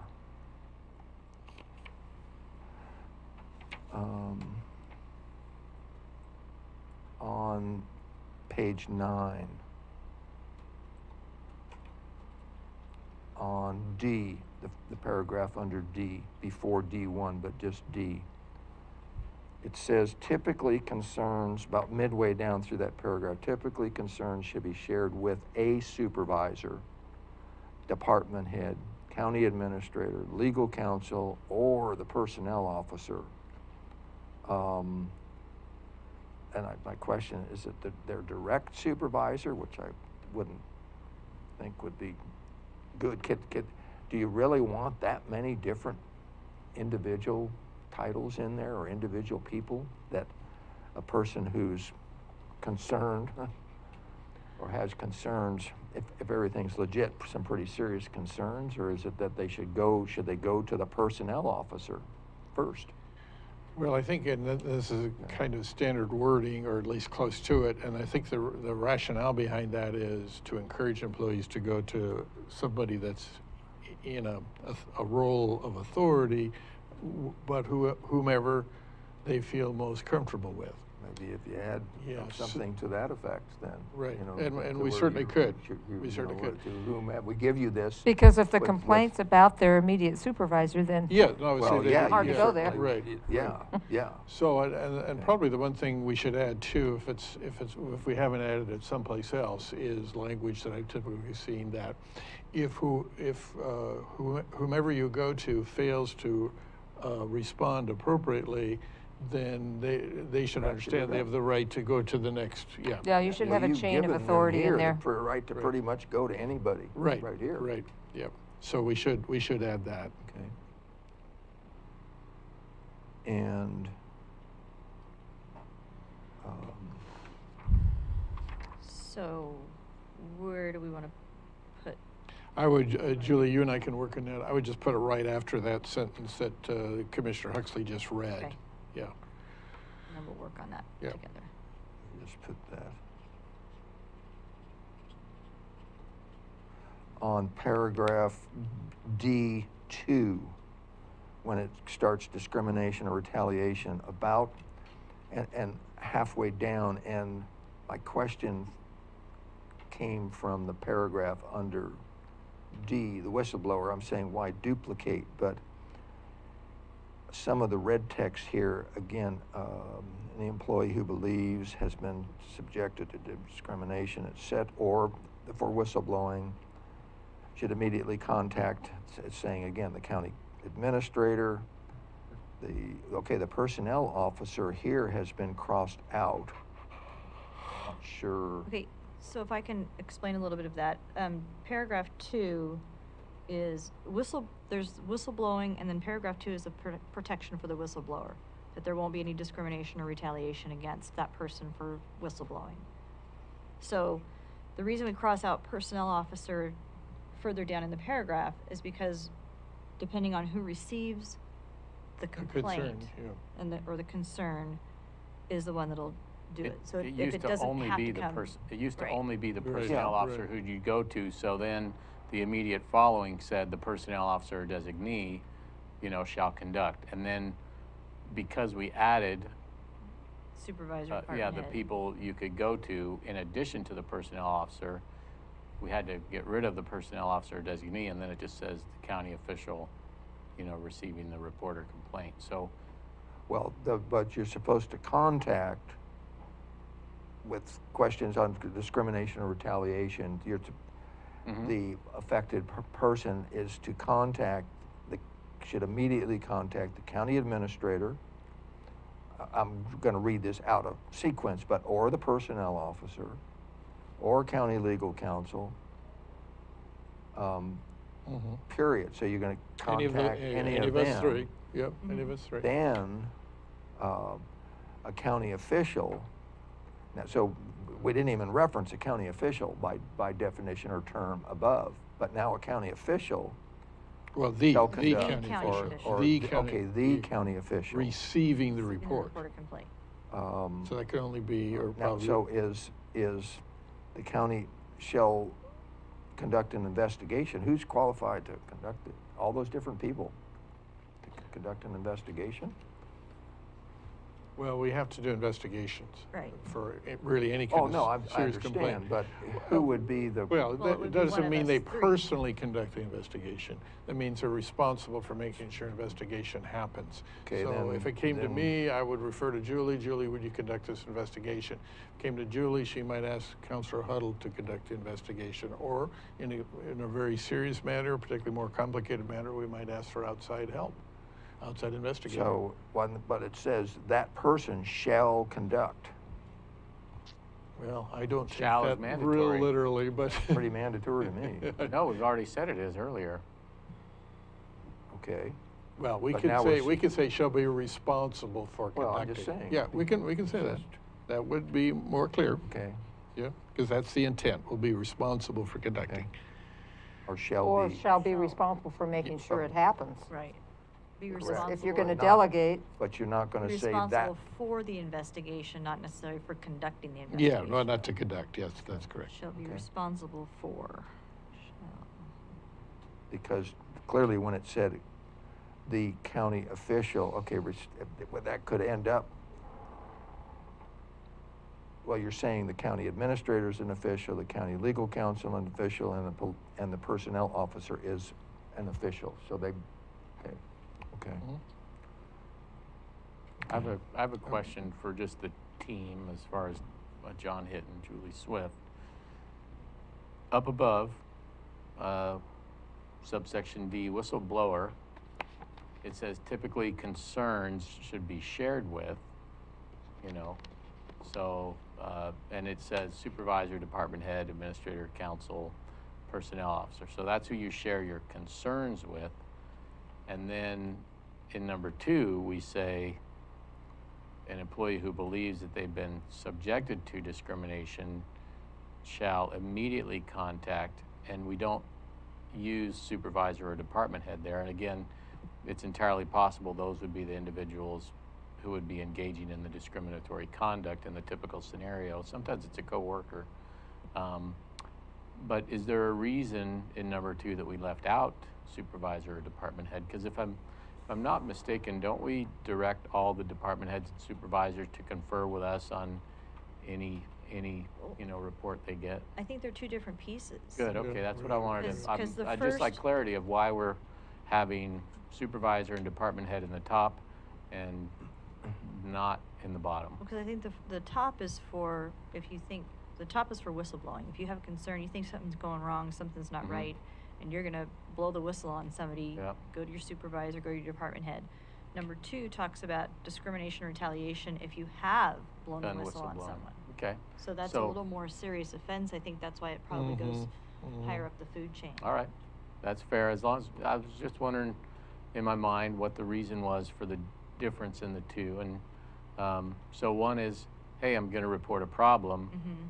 And then all of a sudden, you're denied leave requests, or you get reassigned to, Right. the Russian front, or whatever it is, and then you report. Oh, is that an option? We could do that? No, I think it's, anyway. kind of mess up our travel policy. Well, it's true. Yeah, Be a and I strain think- on the travel budget.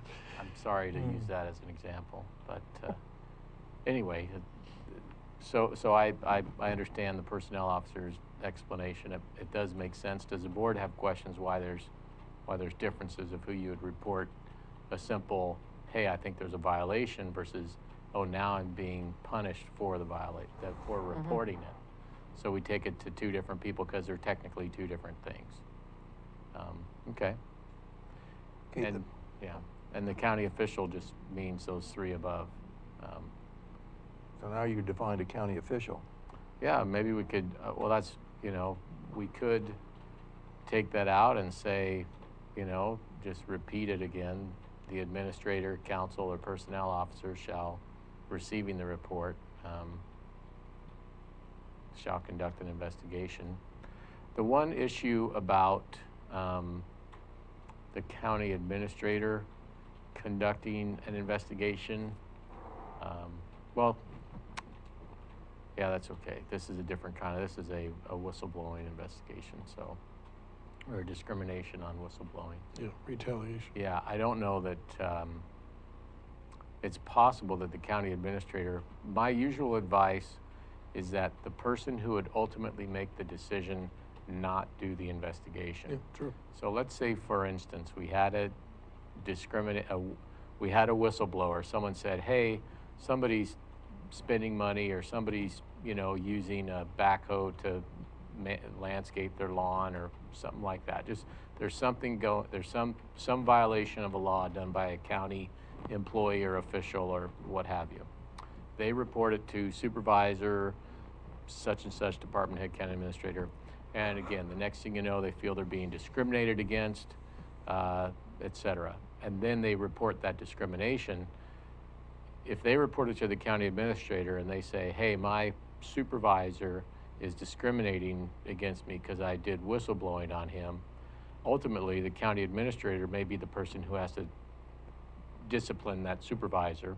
So the county administrator in that circumstance, even though they were reported to, should not be doing the investigation of, they would usually, again, as he would direct it, and typically the people who do these investigations are a personnel officer, myself. Sometimes we will confer with outside counsel or an insurance company. But by definition, the personnel officer is the county administrator. Well, I think we are going to get to that in just a moment. Okay. But I yeah, thought we were. and I would say virtually never, that position, county Did we- administrator would do an investigation. I think in my entire career, he did one, and that was of a complaint about an HR officer, and. Yeah, and that was, yeah, okay. yeah. But usually a county administrator is going to be the decision maker. And Yep, yep. the idea is you present the investigation results to the Right. decision maker. But again, when you say the personnel officer is the county administrator, I think we are going to get to that because we're getting close. Getting close. Okay. So do we want to work on the Excuse me. wording on that on county official, so we don't have to, so maybe somehow say the receiving party of the complaint? Or we could say the party or the individual, the or recipient recipient of the complaint, Yeah. or report a complaint. To take Yeah. out county official. Yeah. Yeah, Which gives you a little bit more flexibility than Okay. just naming Yeah. 2 or 3 positions. Yeah.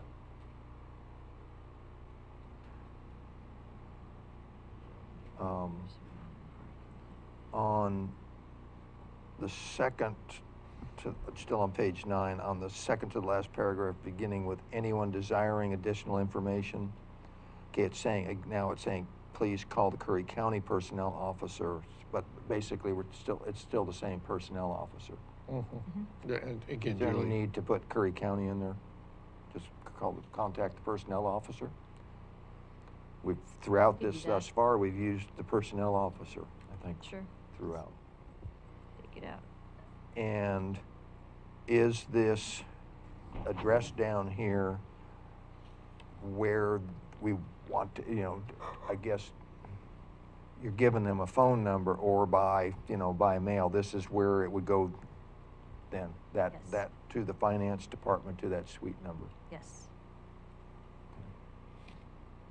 You might want to say attention personnel officer so that Yep.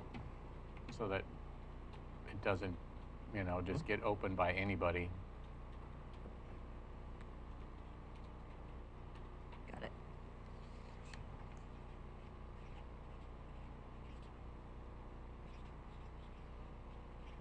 So moving on to Okay. definitions. Article 3 definitions, okay. Which will be Article 2. We had, when I got down to number 4, the appointing authority means, and it's saying department heads and elected officials. So we get back to department heads. Are we going to define what department heads are? Because I did not Yeah, it's not there. see that in here. You could certainly do that. Or department head, singular. And I also did not see elected officials.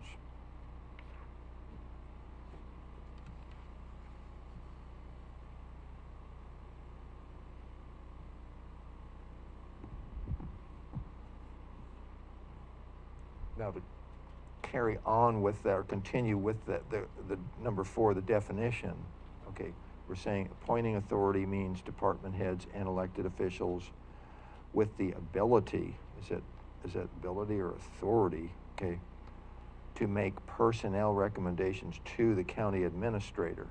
So again, are we making them personnel recommendations typically to the, when it's one and the same, but do we want to use the, in this case, the word, the phrase county administrator, or do we want to use to make those to the personnel officer? To the county administrator. Yeah, those go to me.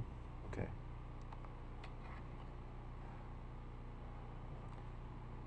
Julie? So on page 5, going backwards, Article 1, sub B, sub 2, we call them department directors. And so I think we should just be consistent. Mhm. And Good, and good so- Okay. good catch So- for, yep. Department heads. Yeah, Okay. and I guess we call them department heads, and then, Yeah, in our other book, they're called department heads. So we're going to, you're saying change directors to heads for consistency? I think so. I mean, I think that's what it means. Yep. And Yep. then, Yep.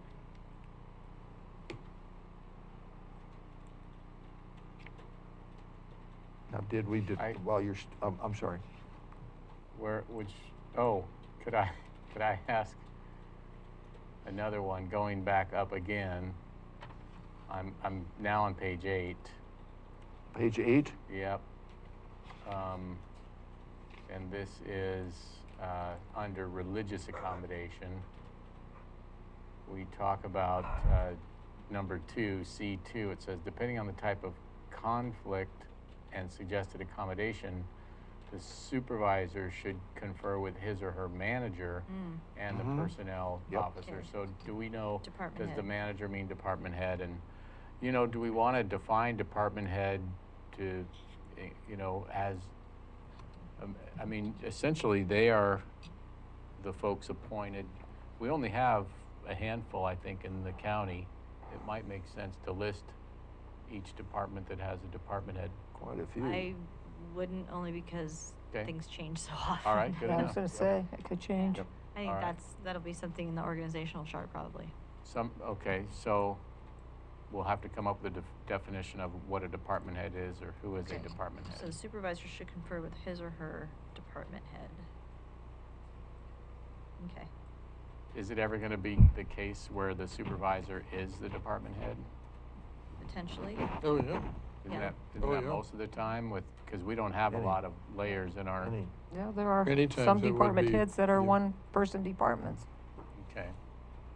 Because I feel like I'm both a supervisor and a department head. Mhm. that's because, no, never mind. All right, Well, so Thank for you. instance, in the assessor's office, we have Tracy, who's a Go in there. supervisor, yeah, and Jim is the department head, Correct. also an elected official. So Yep. there is a layer there. sure, or even in the road department, Mhm. they probably have even, They have foreman and. yep, they have a bunch of different layers of chain of command there. Yep. Okay. I wonder, and I think if I'm not mistaken, do we have a organizational chart as an exhibit to this document? One is supposed to be attached. I have not done so because our organizational chart is in the process of being revamped and probably is not really going to be done until our budget, next year's budget is adopted, or at least close to it. And I think the organizational chart that we were talking about goes to the department head manual, and then we also put it in the budget document. Right. So, So anyway, that be needs updated. substantial, well, substantial is probably too strong of a word, but definite revision. Okay. Yeah, Well, which I haven't gotten to yet, so, it just makes sense that yeah. these definitions could be put in appropriate places on that exhibit, that document. We could. Sorry about the Oh, digression. no. Okay. It's Okay, back to definitions. But on your,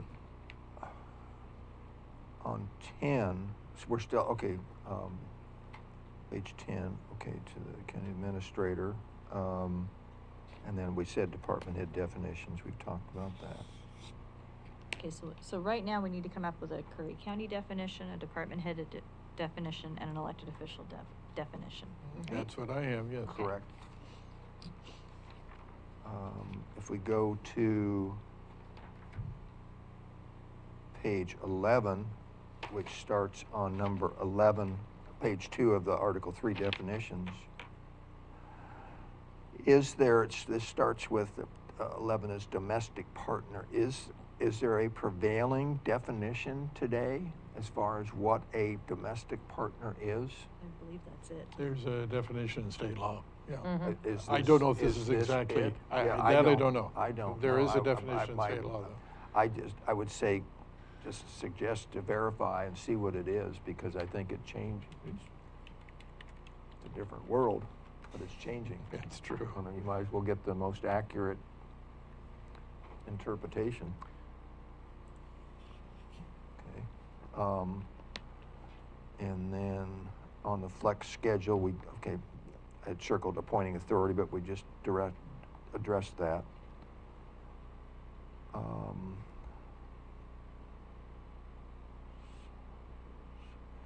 On 16, which is a regular employee, and we do have, when we get into the master payroll, there are quite a few that are categorized or as a regular. That's correct. What it describes here as an employee who works for the county on an as-needed basis with no guaranteed hours or schedule. These positions are not eligible for benefits except PERS if qualifications are met. And there are different thresholds for PERS. Right. Are there, for a regular employee, are there also hourly thresholds? Yes, that's our Teamsters issue. We have to keep them below 80 hours a month to not get into the insurance issues. With our current insurance carrier, yeah. But Right. Yeah. But is that a threshold that applies to any employee, whether Yes. they're a member? So the Teamsters are running the show as far as that definition, then, if you will. Well, Not to that state law, extent. not- Yeah, to that extent, you're correct. Yes. Because that was going to be my next question. Are there definitions in the state law, hourly wage and whatever's that address? I don't know. Well, there's Regular, but- a definition in state law of an hourly paid or compensated employee and a non-hourly compensated employee. I think all of these I are. know this has come up, the irregular and the number of hours, and I think the PERS thresholds also. And typically, you don't remember what they were. You get back, I've gotten back to Julie on multiple occasions with the same question. Is this an area that you would want to put something like that in, or just? Maybe have those- some those- kind of an addendum or Not go something? there. Well, those hourly requirements as far as Teamsters goes is part of the subscription agreement with Teamsters. As far as health insurance, he's Right. talking about PERS. Well, or I'm PERS just is talking state about law. the policy here, this manual. Is there something that you want to add? Because we've had departments with what I would term irregular employees that have gone over and learned the hard way. So do Not you because want, We could they defi- intended to, but. you Yeah. probably want to but be they more did. specific here.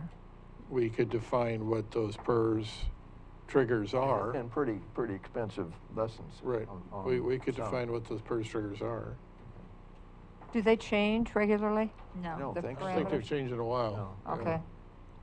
But they've been, as I say, very, one that I can recall after I was here, was a very expensive lesson, very expensive. Okay. Continue on. PERS designated, okay.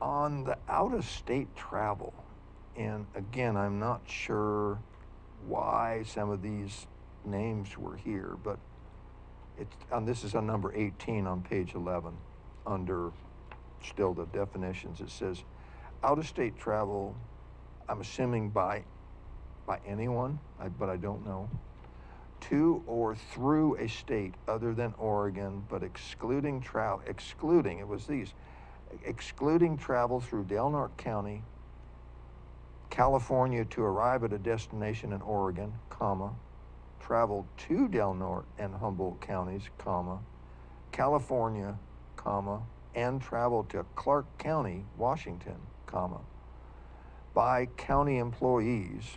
So that's county employees. So it's by I think that's further defined than what, when I said by anyone, in connection with county business. What's with all the different? Well, I think as far as through Del Norte County, I mean, if someone say is going to Idaho or Utah or somewhere, and they go, when Have they to go try to 199, you go into California and back into Oregon and then Okay. out. So I think that one Oh, makes sense to me. okay.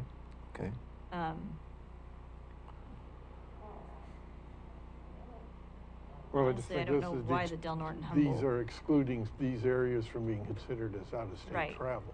Right. Yeah, but I'm not quite Isn't sure. it Clark County, Nevada? in the No, Humboldt. no, that should be Clark County, Washington. Washington, which is Vancouver, Washington area. Oh, okay, In gotcha. other words, both of these exceptions are just right over the two borders. One case California, the other case Washington. So Okay, so that's the thought process. traveling to Crescent City isn't considered out-of-state travel. Yeah. Oh, I see, okay, that makes sense. Okay. And what about Humboldt? Eureka Yeah, so Eureka would be in the same boat, wouldn't be classified as out-of-state travel. as out-of-state. Yeah. Or Vancouver, Washington, or Camas, Washington, or those long And beach so you put those Washington. in because we have employees going to those places? Potentially for trainings. Mm-hmm, mm-hmm. Okay, then, and not for this, but this is going to. Does this affect the travel policy? Well, there's later in the travel policy, there is specific rules for out-of-state For versus out-of-state, in-state. yeah, right. Well, yeah, but I meant when I said a travel, we had one for the elected That's officials. Yeah, elected no, officials. this It's would totally not impact separate. that. Okay. Yeah. So. And again, elected officials are not encompassed in this just Okay. generically. And we'll make that more clear. Okay. When we define And it's- elected official. But it's by county employees, which Right. eliminates elected officials. Correct. Okay, okay. Mhm. And have we?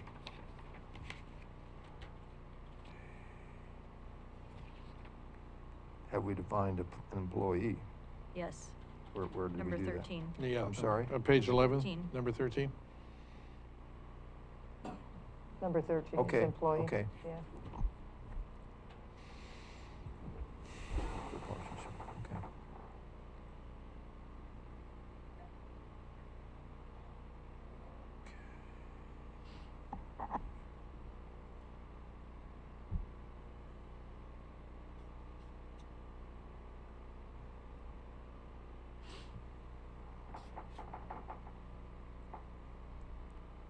And part-time position is this again by state law or is this union?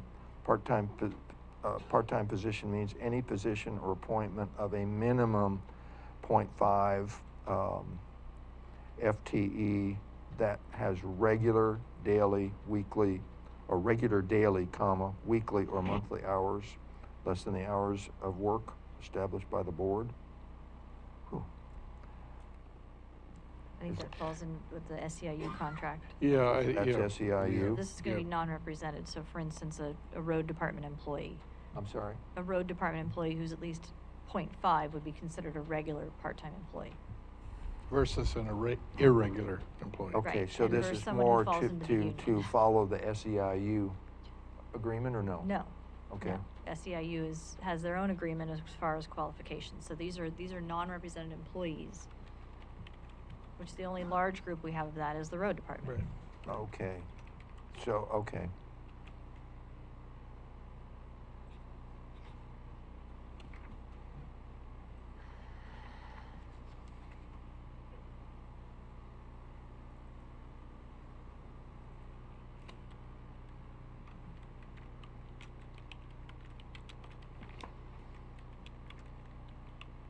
Okay. And on then page 12, which starts with 20, personnel officer.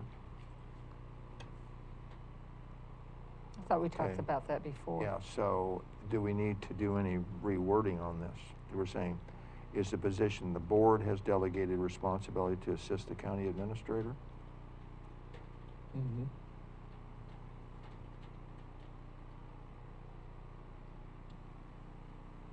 So everybody's okay with that Yeah. language? Mhm.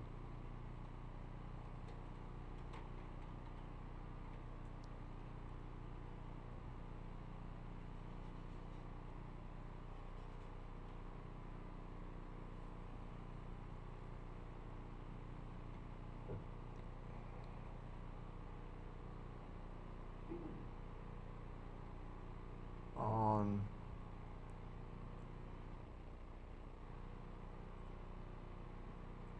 is there anything, oh, that's what I did here, to do with I'm looking at position number 23, promotion number 24. Is there anything with probation or probationary for a definition? No, because as an at-will employee, they're kind of like on never-ending double secret probation. If we put a Yeah, we had a probationary discussion period. about this, Yeah, actually, if yeah. we put a probationary period in, then that kind of takes away the at-will status of the employee. And we start off at the beginning saying that Curry County is an at-will employer. So we took that out when we revised these back in 2013 at the recommendation of CIS. Now, did that apply more to department heads?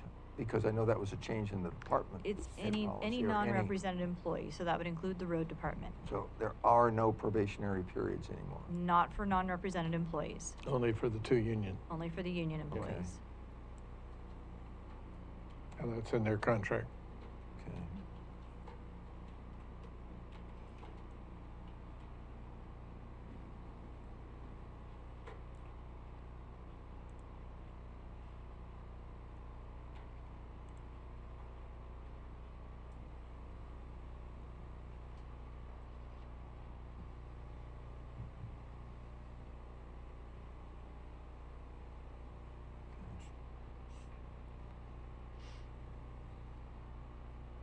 Page 10, 6.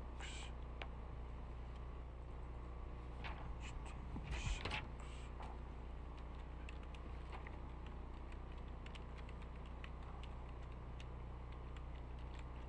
On this 26,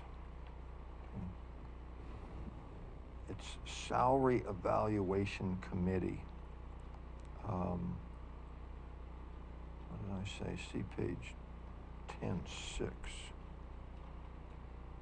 don't know why I said page 10. It might be Rule 10. 10.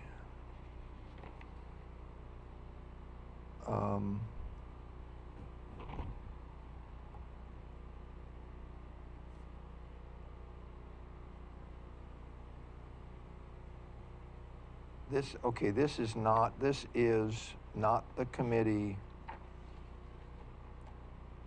That's the same as the compensation committee. Yeah, this No, is it's not an ad hoc the committee. salary compensation or the compensation No. committee. This is, okay. Completely separate. Is this something that is mandatory? No. Okay, is this something that, I know you, from time to time, touch base with, is it LGPI or? Yes, Yes. LGPI. And I know at times,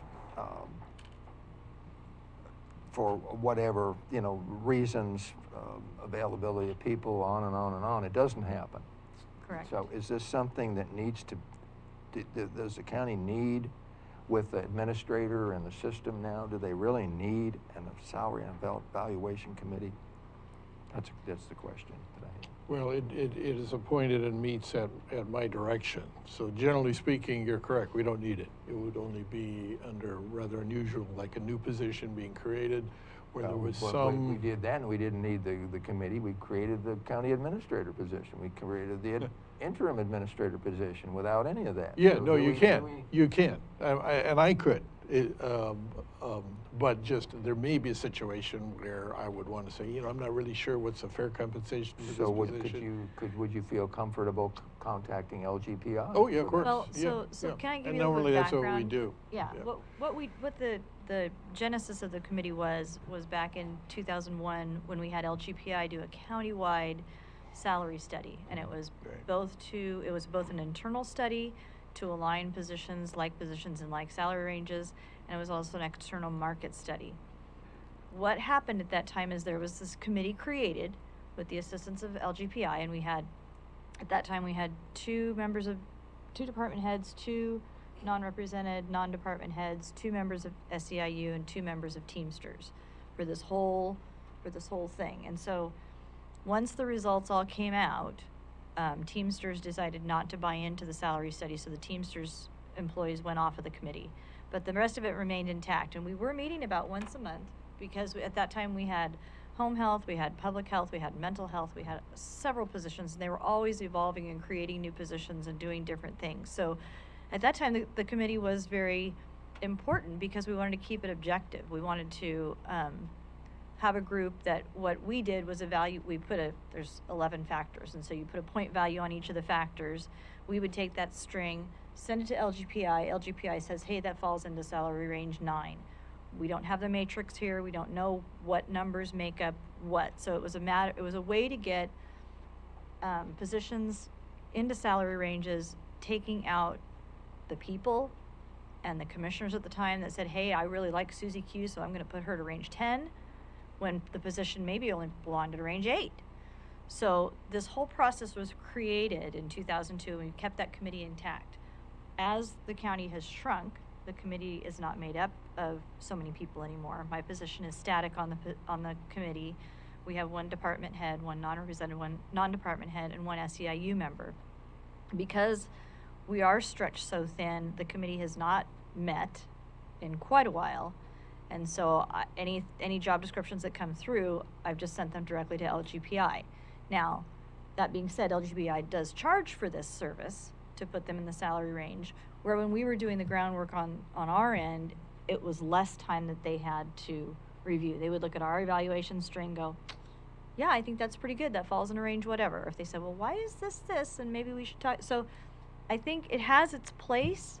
We don't have the staffing to really do it right now, but I think it's probably a good thing to keep in the rules and just keep it as a placeholder in case someday it does become an important tool. But I think the use of having an outside firm place the salary range is important.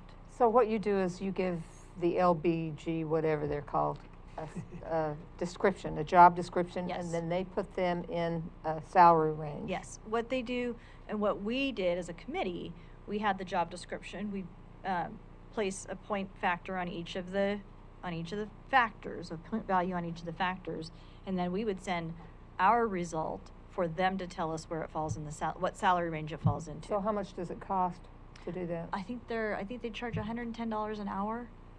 So if I send just a bare job description, most of them have been coming back at like $77 to do that. But in the past, when we would send our evaluation string and they don't have to spend so much time, it was maybe half that. And we had 6 people or 8 people that cost a lot more than $100 and whatever dollars. That's okay, and when you're done, that's all, I was just waiting. that was 18 years ago. We don't do it. I would suggest, we can't make a decision here, I understand, but I would say, mark it off. I've been through this, and I've had my own questions about the salary evaluation committee. I was wondering if there was a board order, you know, appointing them like a lot of other boards and committees. And because it does come into play later on, at least we have made some changes to address it, but when we get to Article 9 on page 23, the compensation plan, the salary evaluation committee played a fairly prominent role in that process, and that's where, again, I said, who are they? Do we have a record of a board order appointing them? And really, it seemed like it had kind of vacancies, and then it just, you know, Julie Swift here explained that it's down to 3, but I was always looking at, if we have a committee, sure, the rules talk about what it does, but it doesn't have I was looking for an order establishing who it was, when their terms expire, who's going to be reappointed, who does the appointment, and I think, you know, you could leave it up to the county administrator to present his own compensation plan that he comes up with at his, you know, resources available, but I don't think it's a requirement to have a salary evaluation committee. Because I had on page 23, I have all sorts of questions here referring back to page 12. You know, is there a legal requirement for the committee? And that's one of them. There's been no consistency.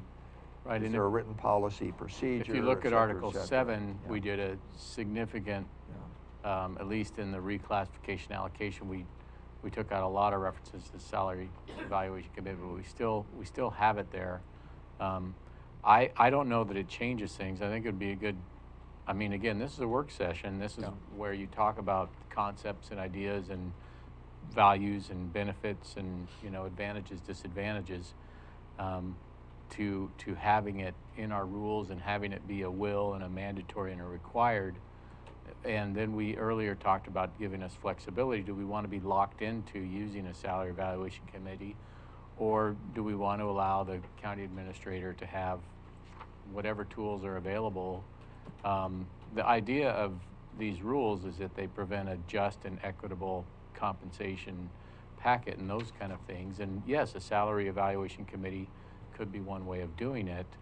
Who's on it? You know, labor, management representatives, et cetera, professionals in the field. But again, so I think just, you've heard from Julie Swift the historical basis of it, which, you know, the history of this county is that things we used to do, we're just not able to do But anymore. started from ground zero, pretty Yeah. much, as Yeah. far as, you know. And yeah. then, it started in a few years with a survey. And And John, clearly, did you have a salary evaluation committee where you came from? Or how did- Yes, we did, and I'm going to look at the future. Okay, good, yeah. No more so past time.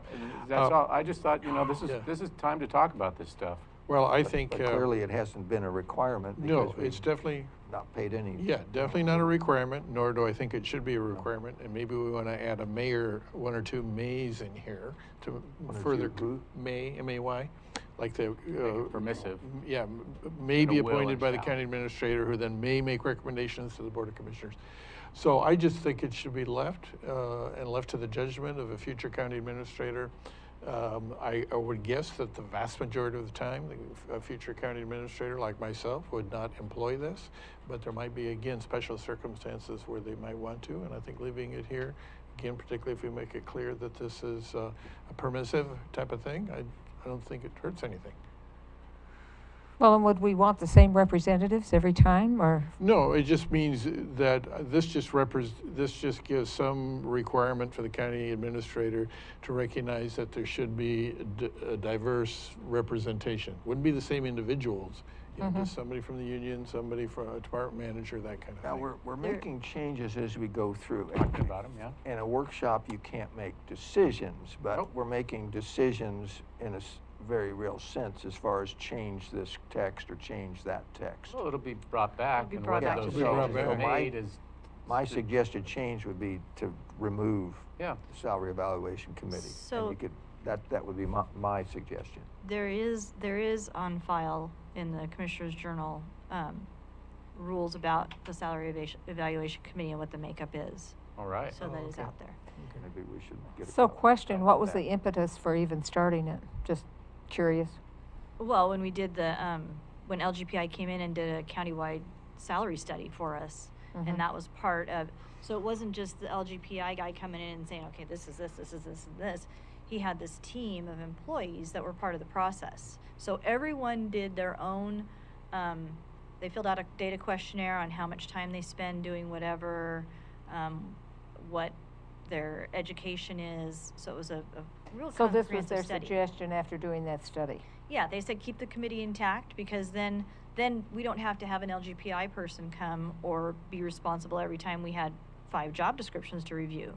The Mhm. committee would get together, we would do our evaluation of it, send the information to LGPI, who would then place it in whatever salary range. Okay. So it was a way for the county employees to be a part of the process and take the placement out of the department heads or elected officials' hands. So it made it more equitable. Mhm. Of course, that was then, 18 years ago, when certainly the financial situation was different. And you said also the Teamsters have since said, Yeah, the "Thanks, but no Teamsters, thanks." because the way the market study came out Sure. with law enforcement, they chose not to Yeah. participate in it. So, anyway, that ultimately, So how'd the have- study come out? Just curious. Well, we had, actually our lower, as far as aligning the positions, we were pretty good at that as far as where the existing positions were. As far as the market study, our, lower end positions were actually paid higher than market, but our upper level were definitely lower. So Okay. what they did, LGPI did was there were seven comparator counties that they used, and they were ones that were similar in size, and Coos County, since it was our neighbor to the north. So those were the ones that they did the market study to, because if they did just the proximity and they had Douglas County or Josephine County, I mean, they're all paid a lot more than we are. So we said, we can't even go there. So they changed to similar size and Coos County. Okay. Were people really unhappy about their wages? Is that why the study was done, or? Well, I think a lot of it, like I said, you had department heads that they really like Susie Q, so they're going to put her in a salary range 8, but they don't really like Jenny, Okay. so we're going to put her in a 5. Little but they're bit of doing nepotism similar, going on. Yeah, so they're in Okay. similar and same positions. So that was the whole idea, was to get the Make it more internal equitable. alignment and then get a market study. Okay. Well, and there's always debates of, like, for example, how much should a appraiser be paid in the assessor's office compared to a senior assistant county clerk? You know, Right. those are questions, oh, yeah, I should be paid more, no, they should be paid Yeah, more, but- you know. So this helps resolve Guesstimate, those. Not accurate, specific, but a guesstimate how long since the committee's even been come together? I mean, 3 months, 6 Oh, months, no, a year, it's 2 been longer years? than that. Probably a year and a half to 2 years. Okay. Anyway, so we'll But we move don't on, have, but my we don't have as many jobs recommendation coming through either. is That's true. Being is paid. Yeah, that's to- true. To remove it, you can always do something with it, and then we can look at the commissioner's journal and see what that says. Or county council, looks like would you do that for us, please, or What would you like me to do again? just to, Julie had mentioned that there's something in the commissioner's journal Oh, on the thank salary you. evaluation committee, just so we can see is there anything binding where clearly, if it's saying we're supposed to do something and we don't, there's been no harm done, clearly.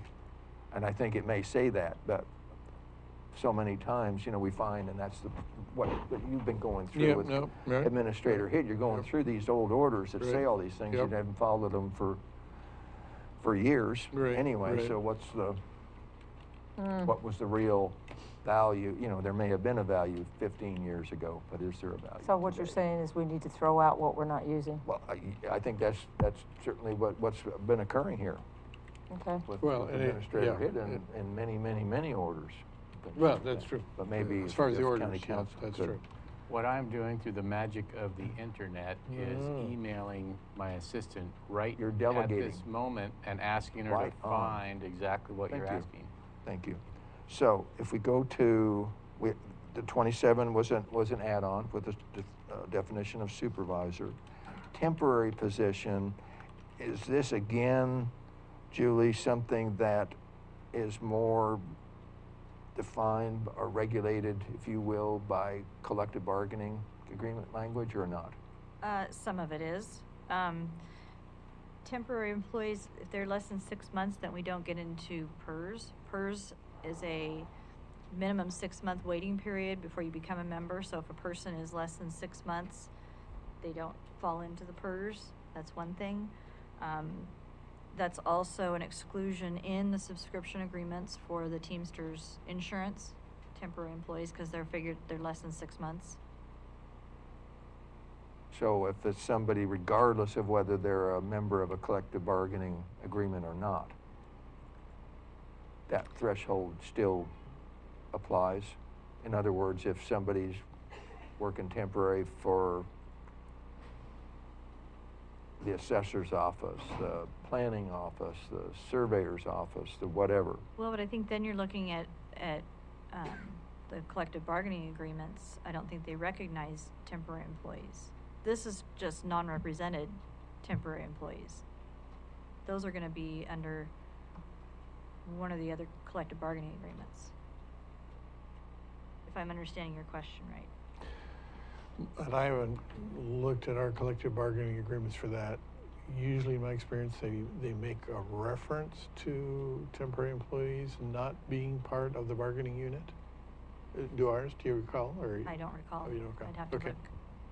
Anyway, in my experience, that would be a typical thing that would be encompassed with the temporary employee status. But Temporary you position mentioned status. PERS, and that doesn't matter whether you're a member of a union or No. not, correct? That's true. So that Yep. keys this off. Mhm. It's PERS that keys this 6 Yes. months. Okay. Set that out. Okay. Hey, we're getting there. On 31, on page 13, did we have definition on the, yeah, we did. Okay, on an appointing authority.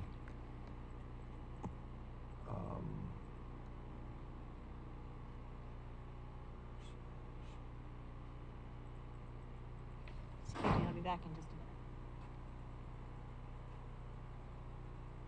minute. Just wanted, I had a question here. Was there a versus the personnel officer or the administrator, but I'll have to go back to this one.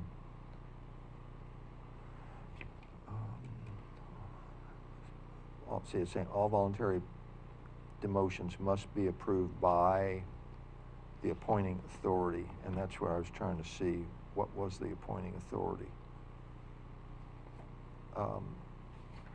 Or what appointing authority up here says is, okay, a department head, elected officials, or the county administrator. So is that still, given that definition, is Yeah. that still, does 31 on page 13? Yeah, I think that's Worded still okay? Yeah, except I might strike the words "and by the board."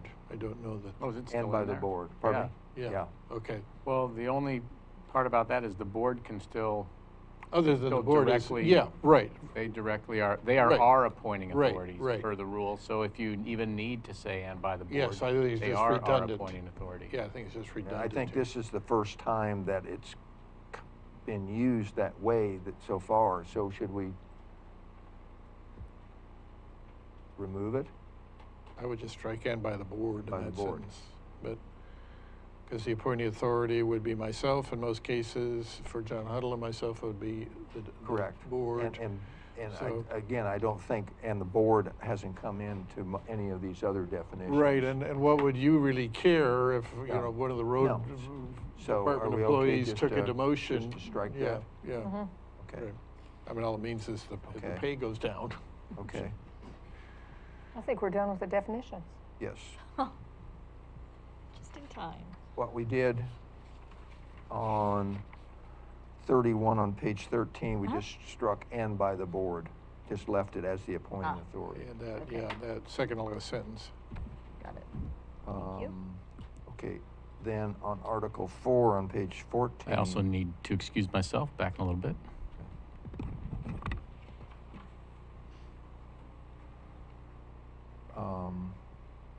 Do we need to take a break because we've got our? You're the chair.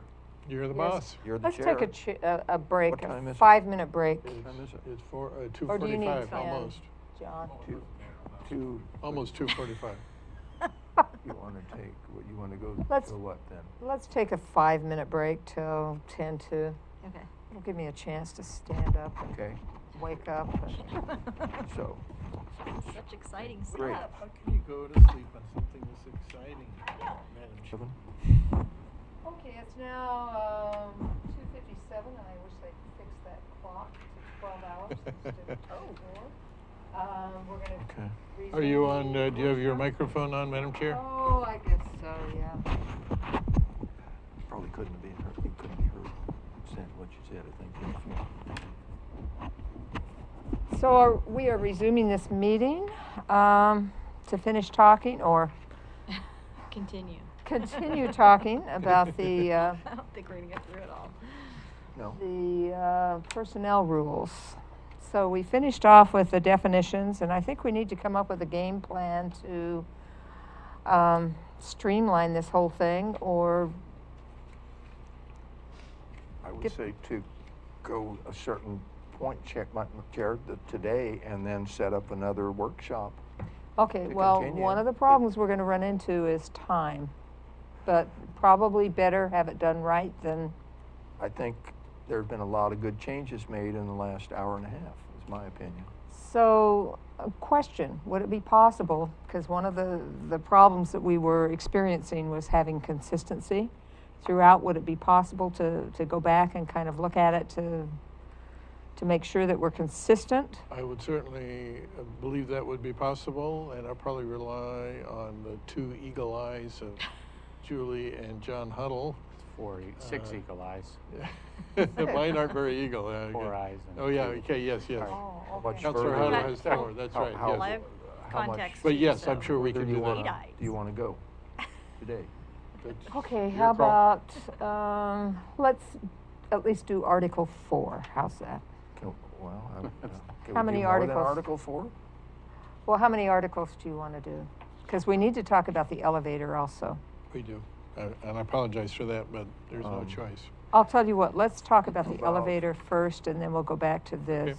Because I Okay. can wake up a little more easily with the elevator than I can with this. Okay. All right, just, We're back on it. Are you, Yeah, that's okay. I just had a suggestion too when we get back to this, is on some other policies that we've looked at, we are doing kind of like subgroup work where the chair, or excuse me, where Tom Huxley, myself, and the administrator get together and talk over things, and then bring it back for public discussion. I'm wondering if that would also, you know, Madam Would Chair, you you seem to be be- concerned about the time we're taking up in meetings, talking about some of this.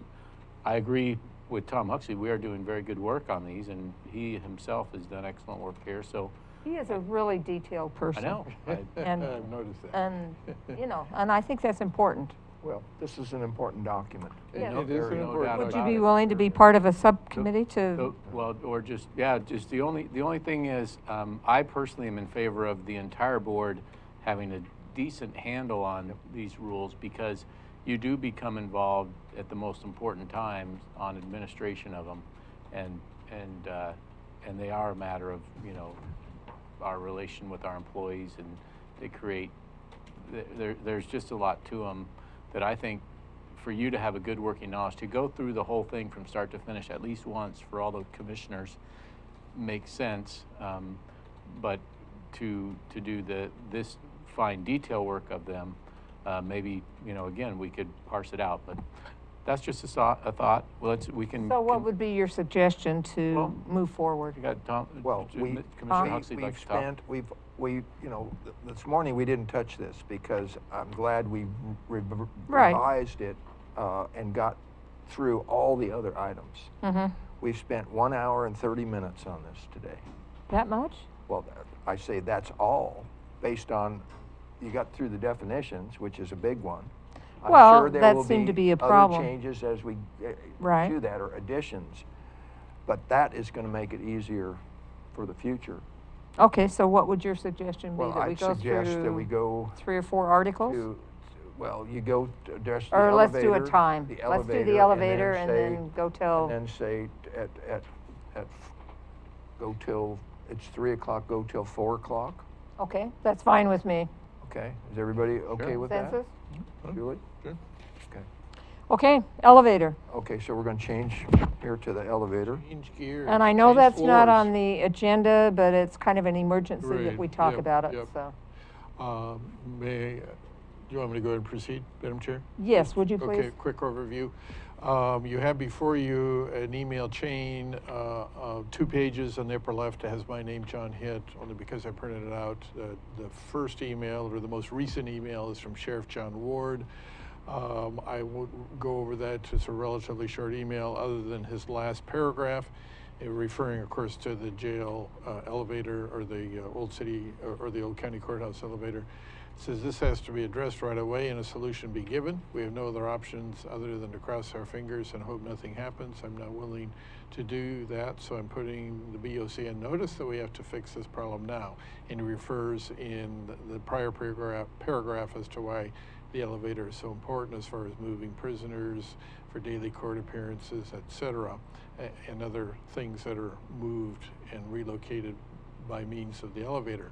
Now, what are the options? The options are, if you turn that page over that has my name in the upper left corner and drop down to the second email down there, it says from Olson Matt. He works for the Thyssen something. Tyson Krupp. Tyson Krupp, Arms of Krupp. Okay. I didn't notice the Krupp. Anyway, elevator company. I believe they're out of Medford. This office. At any rate, they came and the elevator was having problems.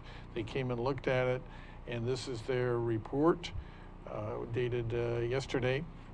And it says the first, second paragraph there, talk about options. The first, the riskiest, the cheapest, the obsolete board, that's an electronic control board, can be repaired. We would come to remove the board, send it to our factory, be about $6,000 to $8,000.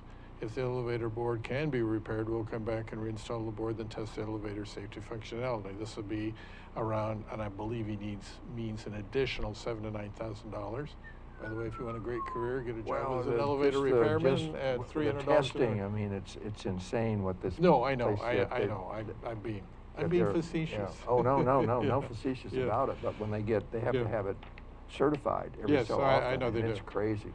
So if the board cannot be repaired, then the elevator will not be able to run at all, and we'll have to discuss 25 to options 2 and 3. The 95K. elevator will be down for 1 to 2 weeks. So that option 1, which is just to replace the electronic control board, roughly $13,000 to $17,000. Second most expensive, I'd piece out a simple modernization, source out the parts, etc., replace the controller, replace the elevator. Once the elevator controller is replaced, the elevator's been brought up to current code, plumbing, fire, etc., etc. I would recommend updating the power unit, pump, motor, and tank, and door operator 2. If we expedite this process, it will fall in the range of $75 to $95. I would work the budget, and that goes on to the next page there. It says, I would work the budget by others at 20-25% of the final quoted price. I should be able to have all the parts needed for the modernization 4 to 6 weeks, with an additional install time of 2 to 3 weeks. And the third, and this is being recommended by this Matt Olson, who works for Thyssen Krupp. Third, in my opinion, the best option, I would source out a modernization from my factory. We could replace the controller, power unit, door operator fixtures, and door safety edge. Lead time will be 8 to 12 weeks with an install time of 2 to 3 weeks. Price range will be between $65 and $80. If you wanted to add new elevator cabs, I would budget $15,000 to $20,000 for that. I would budget the work by others at 20 to 25%. So Obviously, option 2 and option 3 are both very expensive. Option 1, which is not expensive or not nearly so expensive, obviously has a certain amount of risk as to how long the new electronic control board could operate in light of what is brought out in one of these other emails that the elevator, oh yeah, it's at the end of this, what I was just reading from. It says, he concludes, Matt Olson, a good analogy to compare your elevator to would be your car. The elevator was installed in '85. What vehicles still on the roads have been running 7 days, 8 hours a day without a major repair. I can't think of any. Your elevator's past its lifespan. So Could I mention just one thing? I know the Port of Brookings in the Green Building has an elevator that never was installed. So I don't interesting. know whether that could be a fit I have and no maybe idea. buy that for pennies on the dollar. Yeah. Now whether that would fit in our shaft. I don't know. Yeah. Yeah. You don't know if Yeah. You don't if ask. you don't ask. That's true. I'm just putting that out there because And that was never installed. I know a friend who, can't think of That's any Port of other time Brookings? I'd come up with the elevator name, but he's Otis? been Otis, and he's been all around. He goes now all around the world on Mhm. just accidents and litigation and stuff. But again, it doesn't hurt to ask and You said it see, was- but to look, is it Right. viable to change to another Right. brand on it? You said it was at the Port of Brookings? Port of Brookings Port of Harbor, Brookings. where they're having Okay. all the Okay. upheaval So right you now. have a couple of other options Yeah. Okay. to I at will least spend pass a that few on. minutes to look at. Yeah, I'm just throwing that out there because Yeah. they may end up demolishing that building and if they could get some, they're hurting for money. If they could get some money out of that elevator, I'm sure we could get it for pennies on the dollar, especially if it would fit our shaft. Mhm, That must have been mhm. sitting It's been sitting for a long for a time. long time. Okay. So, So, assuming that will not work, do you have any response to the good sheriff? oh, jeez. Is he going to be putting I forth would- some of the money out of his budget? maybe? I don't know about that one. Well, that would be a reasonable question too, Yeah, but I would yeah. talk to the, finance and see what the availability is of some discretionary funds from the last budget. And I don't know if there are any because we've already gone over with collective bargaining agreements, Right, which I right, addressed, right. some other things, but that's where I would go first to find out where, available funds. Julie, would you mind going and getting Louise? Oh, okay. Never mind that. Don't get her. Okay. All right, I can certainly get, do you know if she's back in the morning, tomorrow morning? Okay, I will get together first thing with her first thing in the morning That would and be, I communicate think, with where all I'd of start. you. Okay, and also recommend that they contact Mr. Hanson and or others, contact the Port of Brookings. Now, are we stuck with this particular person to do it? Well, that's what you need to find out. Yeah. Because they've, Yeah, he's, they've for had that a particular captive- brand of elevator. captive audience Yeah. in these inspections, Yeah. believe me. Yeah, oh, I know, yeah. For that The only particular- reason I ask, I came across a person, I can't remember who it was, that in their former life installed elevators and all of that. I'll have to try to remember. Somebody in the business would know. Mhm. Or is it once you're there, you're locked in for forever, as long as you have the building? That may be the case, but Yeah, we can yeah, talk we to can the find people out. that would know that. Right, Yeah, I mean, if you don't ask, you'll never know, but right. And I can call the fellow from Otis. Oh, okay, very good. and he might know of someone who retired in this area that used to do that. Okay. Or he could, he's still with Otis, he would be able to find out, Mhm. what is the brand? What's the brand name? Tyson Krupp? Or is that in here? Yeah, it's from this Matt, you see Matt Olson, mail to Matt Olson at TysonKrupp.com. Could we get more information from the maintenance department, just for specifics as far as the make, model, Oh, okay. capacity? Yep, So we can give that Even some dimensions. to, well, at the make, model, capacity would would answer those questions. Yeah, but if you could find the dimensions of the shaft, maybe the port option might, Yep, be okay, viable. and the ThyssenKrupp might have. Well, or- that would show Yeah. exactly what the requirements are Yeah.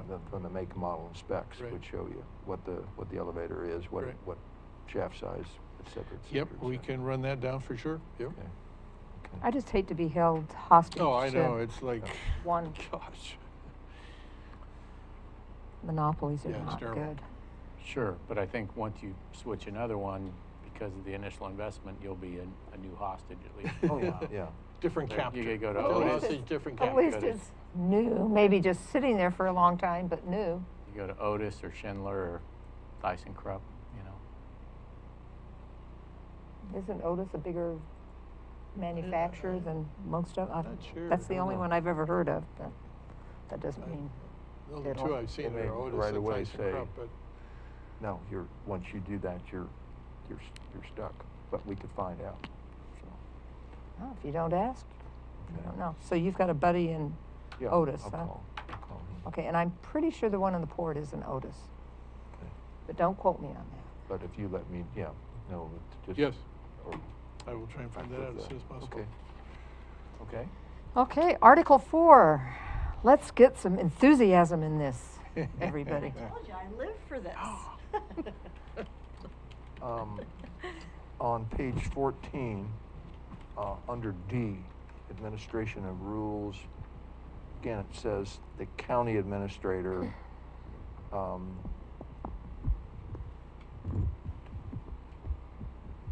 again, because of the county administrator is the personnel officer, was the wish to leave this as the county administrator or not? Because then further down on that same paragraph, we say this personnel officer shall assist the county administrator in administration of these rules.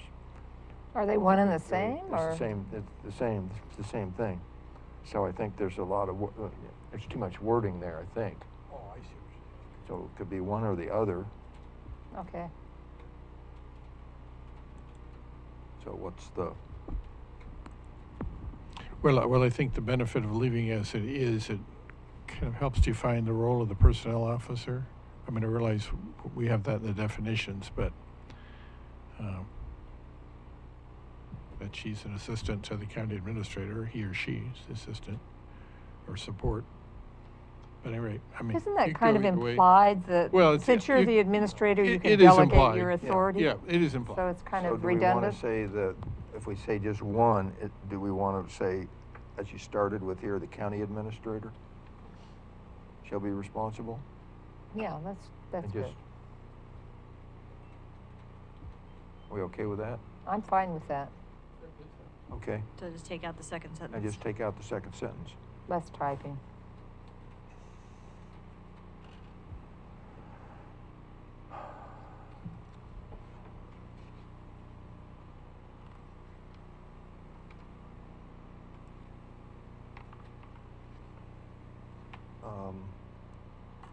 I'm a little, I don't really understand E. We're saying the Board of Commissioners shall exercise control over personnel through the adoption of the county budget, compensation package, orders, hiring of the county administrator. What was the purpose? That's an addition, I take it? It What is. was the purpose or the objective of that addition? What did it add to the? I have a question about that. If we're looking at the part that says the county administrator, In E? well, I think it's E. This is all in red text here. Right. Thank you. Actually, I'm looking at D. Okay. Because if you look at D, this started out saying that the board is responsible for general administration of the personnel rules and shall be the final authority in their application interpretation. And then we say now the county administrator and shall be the authority. If you go up up to the very beginning. I hate to make us go backwards, but I think it's important in this case. And again, Just on the same page, or? no, sir, I'm talking about the introduction. So Okay. that's found on page 4 of the rules. Mm-hmm. So the second paragraph, it says, the manual has been prepared by the board, legal counsel, and the management team, which I believe is the personnel officer. Yep. And then if you look at the last sentence, it says, while the day-to-day decision-making lies with the administrator, the Curry County Board of Commissioners is the ultimate responsibility to administer and maintain these policies. So, and again, it used to be that all personnel actions came to the board, and hiring and firing and things like that. So I think we need to reconcile this second paragraph here at the end with the sentiment in the Article 4 that we're looking at there. And I agree, what we're trying to do here is get this to the point where the county administrator,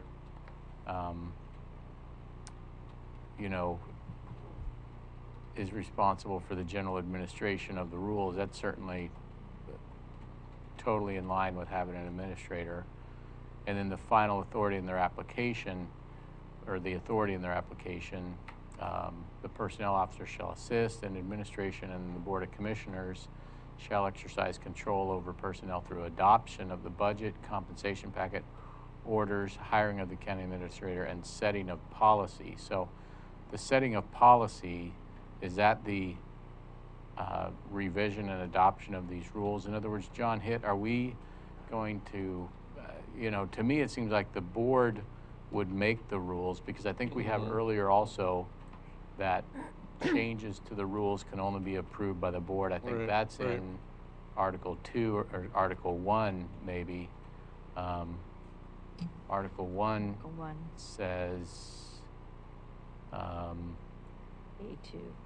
A2, right, that the rules can only be changed by written authorization of the Board of Commissioners. So, so I think what we're talking about is it's very similar to Congress makes the laws and the executive enforces the laws. So what we're trying to do is say, you all, the Board of Commissioners, will make these laws, and the county administrator will basically enforce them. So somehow if we can put that into words with respect to the introduction, and maybe it's, in that paragraph 2, and then this Article 4, there should be some, some explanation of that, what do you want to call it, separation of powers or whatever. But basically, just the roles that are played by the administrator and the board. And I think, adopting of the rules, because setting a policy, I'm not even sure what setting a policy means, unless it means adopting the rules. It does. Okay. Yeah. So I think saying, adopting. Yeah, make it as clear as possible. Adopting and updating the rules, and then that way it's clear. The board adopts rules, personnel or the county administrator enforces them, and I think that helps me at least. And I think that would help the employees too, as they're reading through this. Yeah. The one part about it is when we get to it, ultimately it'll be Article 12 or 24, discipline and discharge, and that's where you talk about the process of going through that. So, but anyway, and honestly, I worked with John Hitt and Julie Swift doing this, and it's funny, you just see things differently the more you look at them. And I was always taught all good writing is rewriting. I don't want to, over beat a dead horse type of thing, but certainly I think this is a point we're going over right now. So do you want to make a change in the introduction or in Article 4? I think we should change them both to reflect, again, board makes the rules, administrator enforces the rules. Kind of, John Hitt? Or? John? Well, I was just going to suggest under D, make it 4D on page 14 there, make it a little more consistent with the introduction by this proposal. The county administrator shall be responsible for the day-to-day administration of the personnel rules and shall have the authority to apply and interpret their meeting. And then that makes it clear that I'm going to apply it, I'm going to interpret the rules, but I don't make the rules. Okay. And then Okay, so- section E makes it clear, and we can change that, setting a policy to, establishing the personnel rules. Yeah, and revisions there too, or Yeah, something. yeah, Sure. yeah. And that way, we're consistent with that other part in Article 1 that we talked about, the introduction. So we will make changes to that effect and try to work on it, unless there's any other questions on this application and administration part. I understand that, with perhaps a little wording change on the intro on paragraph 2, okay? I'm just gonna put minor change. And then on E, the Board of Commissioners shall exercise control over personnel through adoption of the county budget, compensation private orders, hiring the county administrator, and adoption of these rules. I think, yeah, what is it, adoption of these rules or enactment or something? You talking about E? Yeah, How about orders hiring the county administrator and establishing and revising all personnel rules? Because when you are establishing it, you have the power to revise them. What you're trying to say, to revise that, is that the board will have the ultimate authority there, or has Right, the ultimate absolutely, authority. And absolutely. however you want Right. to word that. Absolutely. And on D, you're really essentially removing the last sentence Yes. and making a minor revision to the first sentence with the county administrator being Right. responsible for general administration. Right. Okay. In other words, emphasizing what was in the introduction. Yeah, Mhm, minor mhm. Or the day-to-day administration. Minor. Yeah. change, and that's out. and so the interesting part is the difference between D and E is something we see every now and then.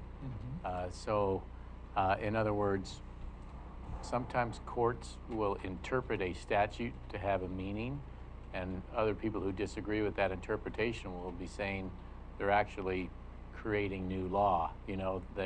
So there could be times where the county administrator will make an interpretation, and someone may feel strongly enough that it's more than just an interpretation, that it's actually a new rule, and we could spill into Board of Commissioners there. But, that's how Yeah, our that's government just works. kinda- it Yeah, is. And we are all branches of the government right Right. here. So Right. without getting Yeah. into agreeing on the specific language, we said minor change to the wording in paragraph 2, the last sentence. Of the intro? On the info on page 4. Correct? And then if we go to page 14, on D, we remove the last sentence and a minor change to the wording on the first sentence, or the only other sentence, the first sentence under D, with the county administrator being the one that is responsible for the general administration. And then D, to pretty much maybe even, I don't know, do you have to get into the county budget, the compensation package, the orders? Does that really apply to the personnel? Well, they're all Annual? factors. I mean, Or would it mean the same? If you didn't have those words in there, you wouldn't know, and would it still have the same impact? still the same impact. To me, But I think it's helpful, again, for somebody reading, if they're concerned, hey, I should be paid more. They're coming to me, I'm saying, look, your Go to the compensation commissioners. package, that was part of the budget adopted by the commissioners. I can't grant you a magical raise. So, So you're saying the buck stops here? yeah, and I think just for education, particularly for new employees, I think it's fine leaving it. I mean, in some ways it's redundant or stating the obvious, if you will, but these two other changes were basically saying the administrator shall, and the subject matter being the general administration of the personnel rules. That's the subject. That the administrator shall be responsible for the general administration of those rules. In E, we're saying that the board shall ultimately be responsible for the rules or approval and oversight of the rules, not for the budget, the compensation package, and Well, what I think what D and E are talking about is the relation between the county administrator And the board. and the employees, and then E is what's a relationship between the Board of Commissioners and employees. So the Board of Commissioners will stay out of employment matters, but nevertheless they're responsible for budgeting. In other words, how many employees is each people going to get? They're responsible for the compensation package that we earlier referred to. They will, or we're going to get to, that they adopt after recommendation by the county. So, and you know, orders, yeah, that's general. And then also, you know, they are putting the person in place who's going to run these rules, and they're going to ultimately adopt these rules as matters of county legislation. So it just kind of shows where the board will otherwise they're not really going to have an impact on personnel matters. So I think so that's do the you want idea to there. change in E, because we're saying the Board of Commissioners shall exercise control over personnel. Here we've been talking about Yeah. personnel matters, Yep. Yep. personnel policy, and now we're saying, no, it's not the policy, it's the employees, correct? I see what you're saying. So you could. I think actually it's the use of exercise control. I don't know that it's exercise control, but I think what it is the Board of Commissioners. So in other words, John Over Hitt what? will be responsible for administrative Of decisions on personnel. rules. The board is responsible for personnel policy as reflected through your budget, your compensation package, Then add and the these word rules. policy. I think that's how we talk about this. Is it? I mean, is that how you see it, John Hitt? Yeah, The no, difference I- between yeah. and it's always the board is. That's You all entirely will correct. be policymakers, so Right. I think that's a sentiment here. The And board. maybe- So maybe instead of exercise control over personnel, personnel. basically, I think it's the board of. So basically, Or the county policy. administrator is doing administration of rules. Board of Commissioners are policymakers, so maybe it just says the board of. Over So I think policy. the idea of Personnel policy. exercise control over personnel through the adoption of, I think really it would say the Board of Commissioners shall establish, you know, overarching county personnel policies through the adoption of the budget, through the adoption I of think the that's much compensation better package, wording. But to through the adoption of. not make yeah. you lead to think, well, personnel. Yeah, like we've you're been talking controlling about personnel through these. policy, No. policy. I think Okay. personnel policy and No, that makes exercise sense. control, Yeah. I think really just Okay. establish Sure. overall policy Okay. through the following things. And I think those are the ways you would be influencing, you know, personnel policy. Okay. And I think just the saying the exercise control over personnel was, you know, just kind of an inartful way of talking about it. And again, this is what work sessions are for, and they're doing the hard work. So Julie's the Board back. of Commissioners shall establish overarching policy through the adoption of the county budget, compensation package, orders, hiring of the county administrator, and establishing and revising all personnel rules. That sounds pretty good, yeah. Good. Okay. And then we'll take another look at it when it comes Okay. time to adopt and see if we need to make a tweak or not, but Okay. we'll see. Okay, Article 5. Okay. 4E. Okay. Let me go back to 4E. Okay. On Article 5, under 5A1, it says, a personnel file will be maintained by the personnel officer for each employee of the county. And then I'm going back to 4E and saying, who has access? So who they're maintaining, who has access to that? If that personnel officer is maintaining it? Just the personnel officer, or? I think that was in the, No, county administrator does. Yeah, it's on Right. 4A. Because of 4A. definition. No, I look at remember 4. reading that Look at somewhere. I don't 4. remember where, Look but at the it, next page, it's on the very Yeah, next it's on page It starts with 16. employees may review their file during regular hours, and then you have A, B, C, D, and E. it says entry of And then material. E under that, if you see, it says, Board of Commissioners, County Administrator, and Curry County shall have access to all personnel files. Now, I've had a question where one commissioner feels like then that says a commissioner has, but what that means is the Board of Commissioners has to decide they want to look at a personnel file, and then usually that's done in executive session because they're treated as confidential unless there's something in there. So would that commissioner have to be appointed No. by the other? Thank you. If that were going to be the case, it would have to be delegated, the Board Right, of you could appoint Commissioners. one But of it would you. take a majority of Yes. the Yes, take 2 board votes. to So do an that. individual commissioner can't just go in and say, I want to see so-and-so's No. file right now. No, No. and It individual has to be commissioners a are. group Yep, decision. yep, and Okay, that's good. because ultimately you have all the powers of the county and. So As a group. I'm sorry, go ahead. I was just adding, as a group, but not as Right, individuals. not as an individuals, individual, You have yes. no more power than. I do have a corporate citizens. question, if I could interject here. That is left over from when the Board of Commissioners were administering a lot of these personnel rules. Right. Is this something the Board of Commissioners even wants to delve into, at this time, to all personnel files? You certainly should have access to the employees who you have direct appointment authority over. But I'm trying to think of a context of when, now that we have a county administrator, what would be the purpose, the reason for personnel or for the Board of Commissioners wanting to see all personnel files? I think there could be, in other words, reasons for wanting to see perhaps the personnel files of the individuals that your designees or your appointees are overseeing, because you have to. Well, we're no longer liaisons over any of the No, you're not. I'm not talking So- about in the liaison context. But still, the board appoints John Hitt, John Huddle. I can't remember if there's anyone else.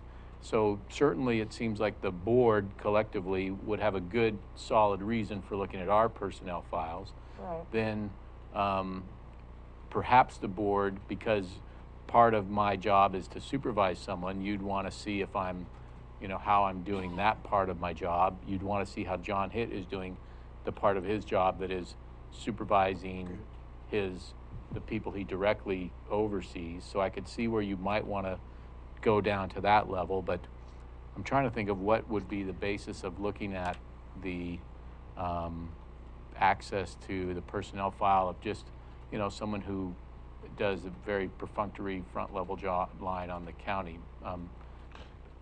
Well, I think we should, at least, we might want to amend the language a little bit, but leave the concept, because I think if, let's say, Julie was supervising someone who felt Julie was treating her very unfairly or whatever else, or gave her a bad performance evaluation because of some personality conflict, they come to me with a complaint and I say, get out of my office, I don't want to hear this. Then then their only recourse is to John Huddle or to you, and then I think you may want to go back and look at their personnel file to say, okay, what has been their history? What All are right. the issues that Julie seems Sure. to have against them, and are they Okay. documented in their file? All right, well. But I think it just- needs to be made very clear that the only way that a commissioner can get into the personnel files is if it's a group decision. Absolutely. Well, to me, that's Clear from explicit, plural, clear yeah. as far as Okay. the Board of Commissioners. Well, I Not suppose. a commissioner. I suppose I'm trying to figure something out, and we can cross that bridge when we come to Okay. it. So if there ever becomes a time where the board says, I'd like to see the personnel file of employee X, then I suppose we could do that. Then we'd explore, I'm trying to figure out in my mind right now, boy, what could be the possible reasons for having that in there for the board? Who knows? And Yeah, I you guess never we'll know what know when comes when up. I that think comes. given some of the other checks here, Yeah. that it would work.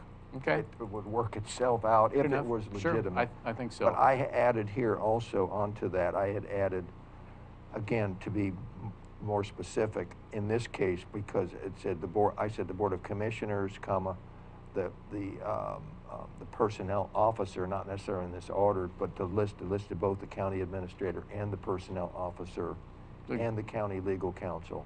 Well, but it already has the personnel officer in Up D. one Yeah, on D.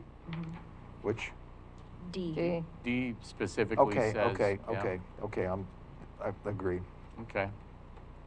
And then it says supervisors will have access to subordinate files, certainly. Yep.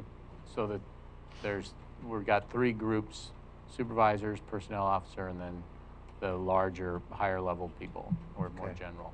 Okay. Okay, good. Well, I was really just questioning if we were transitioning from Board of Commissioners and County Administrator, and we've changed it a number of times. Just checking, that's all. Okay. Thank you. If we go to page 17, which is still on Article 5. 5. On the top sentence, or part of the sentence, okay, let me carry it over from the prior. Okay, if the employee, that's carrying over from 16, refuses to sign, this is on a evaluation, refuses to sign, the material may be placed in the file provided a statement has been signed by quantity of 2 management representatives. Okay, what, did we ever define what a Define management representative is? I think we got away from the word manager and went with department heads, correct? Yeah, probably. Now all of a sudden we have another term. This, I think it makes sense to include the county administrator as one of the signers of that. Yeah, I should know if there's an issue there of them Yeah, not wanting So to sign let's their evaluation. substitute, yeah. let's So, Maybe put department head remove or and in the signed past, by, administrative. and we're gonna past, remove it's 2 usually- management representatives. Okay, in the Julie? past, it's usually the department head or whoever's issuing the document. And if I'm a witness to it, I will sign it also as the 2 management representatives. So it's usually whoever's issuing the document, and then whoever else would be a witness, so potentially the county administrator or whoever else. But I is would say involved the in the county process. administrator needs to know what's going on. Yeah. Yes, so. I should know that, you know. So maybe spell it out, just say the department head and county administrator there. So 2 management representatives, 1 being issuer of document. Or one who prepared the evaluation, yeah, document, I guess, better term. Or the- yeah. Because it's not necessarily That's just true, an not evaluation. necessarily evaluation. Could be a warrant or Yeah, whatever. no, you're Could be correct, you're disciplinary. correct. Can I ask a question about that? I mean, let's say, for instance, I'm the department head and I've got an axe to grind with a particular employee who I supervise, because we used to be romantic and we're not romantic anymore, and all of a sudden things are going bad. And I know there's all kinds of, you could say, oh, that's a whistleblower or something, but so you're already going to have one person signing it. Would we say, and so that person's already going to be a given, so then it's just that person and the county administrator. So basically the county administrator's checking their work. Would we want personnel officer and county administrator? I'm just wondering if we want to take the person issuing it out of the equation for kind of a checks and balances thing, but Oh, if there's retribution or something Or going have on? 3 instead of 2. We maybe could, so. we could. If they're making the Yeah. claims, I think they should We be could. responsible Yeah. for signing and to acknowledge. Sure, that- they would sign it. Okay. Well, okay. I don't know. And Julie, you said it's been you and the If I'm there, yeah. yeah, if I'm there, I'm usually, and someone refuses, then we'll Okay. write on there, refuse to sign. and Okay. then So I'll sign really, it. your capacity was just as a witness. Were you ever like pulling the person aside and saying, "Hey, you might want to think about changing this to this"? I mean, this word is never appropriate, or, you know, I don't know, would you?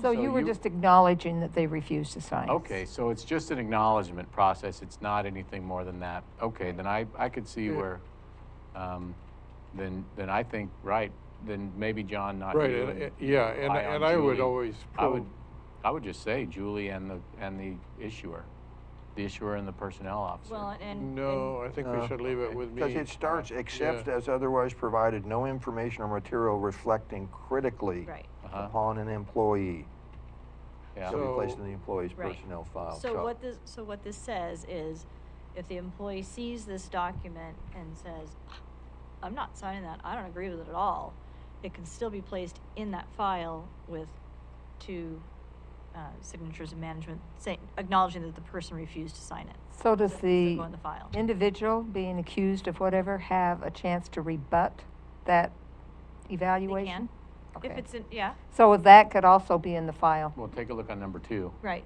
Okay. Yeah. Oh, there we go. right there.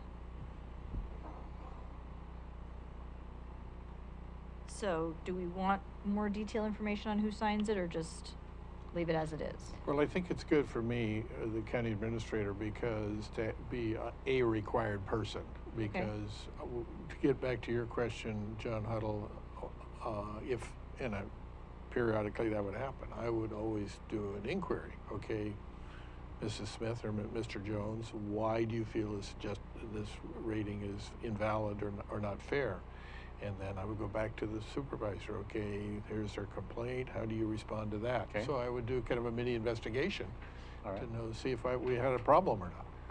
How about if you say, forget referencing a number, it shall be signed by the individual's immediate supervisor, the personnel officer, and the county administrator.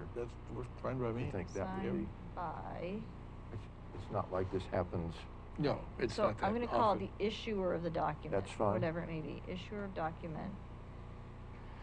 I can spell it. Personnel officer and county administrator.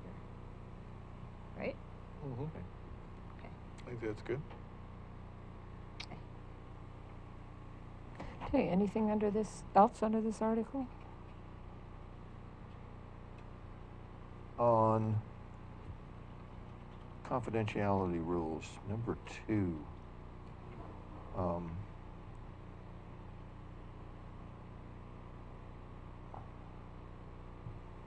I guess, you can Well- debate the word reasonable until. Do we even have the an end IT of time. department anymore? It's outsourced, but Well, you we do, have yeah. Okay. As so considered. definitely. Yeah, even though it's Okay. independent contractor, yeah.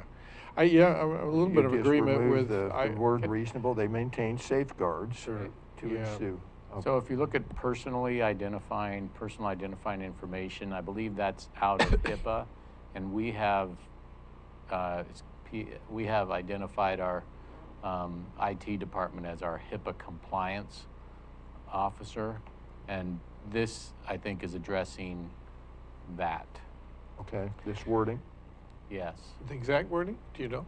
Well, Or Julie, I either one of can you? look, but personal identifying information is out of No, HIPAA. I know that, yeah. And I know we have identified our IT department and possibly our IT director as our HIPAA compliance officer. Is any of this ringing a bell, Julie, at all?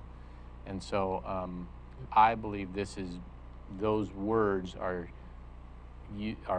kind of magic words from the HIPAA Right, statute. reasonable safeguards. So could we just And how about, confirm Yes. that? Be- Okay, so we'll just certainly. and put how, confirm. And HIPAA wording. these will come back, and I've also was noodling around looking into domestic partnership definitions as well. So there are things, John Hitt, Julie Swift, myself have been taking notes and things. Okay. So when this ultimately comes back to the board, we'll say, we had a work session on this day, and then maybe we'll say this other day and this other day. And these issues came up, and here's how they were addressed, page 6, page 7. So anyway, I think we'll try to get Okay. explanations of all these points in the staff report when these come back to you. Okay, and I would try to dump the word ensure if we can. I would prefer the word attempt to protect or attempt to safeguard As think much that's as what I can, I reasonable will, I know, and but maybe I we will. can't, maybe we're Just say stuck we're with just, insurance. Right, let's I- just Yeah, 'cause confirm HIPAA wording. Yeah. Yeah, yeah, because any system can be hacked into, you know. Sure. Well, that's why it also says Reasonable. reasonable safeguards. Yeah, I know, Yeah. but when you use the word insurer along with it, that's, anyway. And that We'll look same at it. then would We'll look at apply it. to my Yep. circling the word reasonably on number 6 on page 18. And circling may result on 7, that still being probably pretty typical wording then? But, you know, Yeah. violations of the county confidentiality policy may result in How this. about I think should that's- result? I think No. may. You have to have may, because Okay. we don't know the nature, it may have been totally inadvertent, or maybe even something that was even. May not. Oh, yeah, very definitely may not, and that would be if it was any kind of deliberate or conscious or gross negligent Okay. error, then I would say, yeah, they'd probably be terminated. Okay. So will or should or out? Well, but I think, Well, in this I think in case, this yes. case, because if you, if, Yeah. It depends, you're Yeah, right. it depends on does the depend. That's situation. yeah. because there's different, Okay. different levels of disciplinary action, and then there's also just the counseling piece that's not really Right. considered discipline, that's Okay. just verbal. The next one,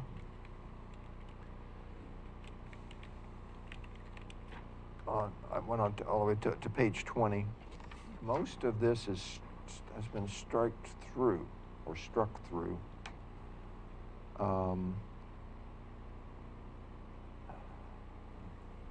On A, or this Article 7A, struck through appointing authority and said the county, okay, or the county administrator. Right. And then we had reference to the evaluation committee. And which I said- liaison commissioner. I'm sorry? And liaison commissioner is all through B and C. That's why most of that was taken out. Okay. So my same thing was, you know, LGPI or something, if we ultimately do remove reference to that committee, we would do the same there on the third line under A. Right. We would just leave it, now we say the county administrator. Is that correct from your, John, from Mhm. your Yep. versus the personnel officer? Yes, yes. And then, and this sort of goes along with removal of that other, when we have an allocation of a new position, you have the county administrator shall have the authority to create a new position with board approval. Right. Period. And the rest is gone. Mhm. And then reclassification, the same thing, the county administrator shall have the authority to make any permanent substantial change in the duties, authority, and response. I circled substantial. You make any permanent and substantial change. Why was that and substantial added, or that existed? Why was that left in? When we, versus just any change or a substantial change, what's the difference? Well, maybe effectively none. I think it again makes it makes clearer to a new employee that, you know, you often hear, well, it's not my job description. Well, my view is what's in your job description is what I say is in your job description.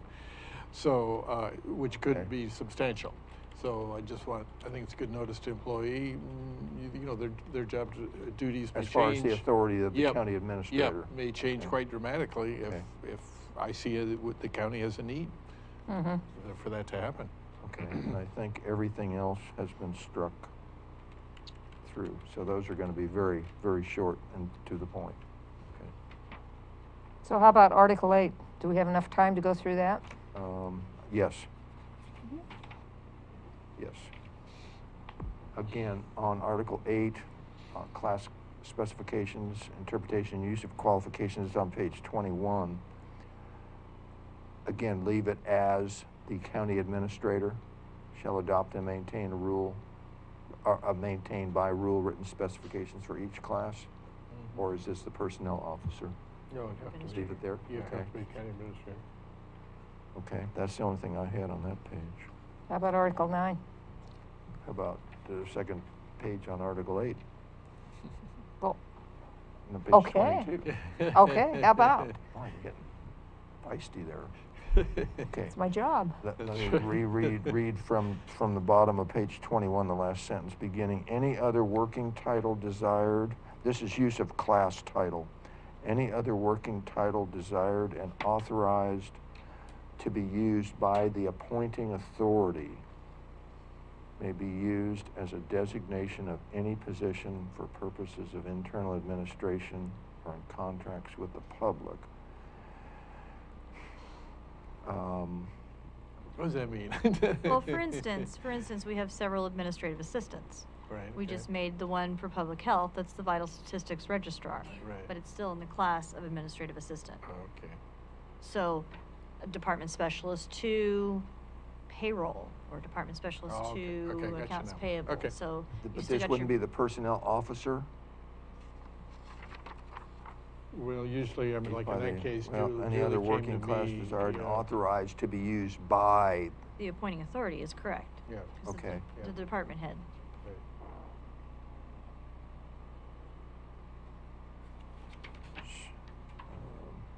okay. What's this, page 10-4?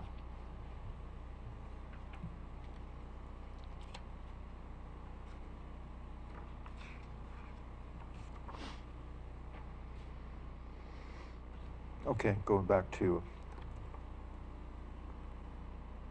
page 10, number 4, the definition for appointing authority. Okay.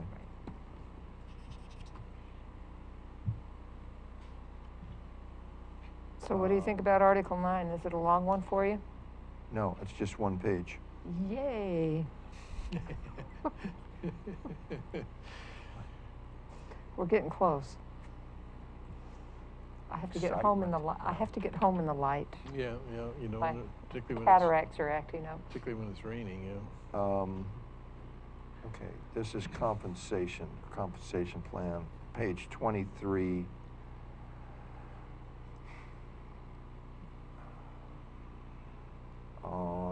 We're back to the salary, okay, back to the same thing. On the salary evaluation committee, I had a lot of comments, a lot of questions. Again, if this is removed, this is a moot point. Right. Okay.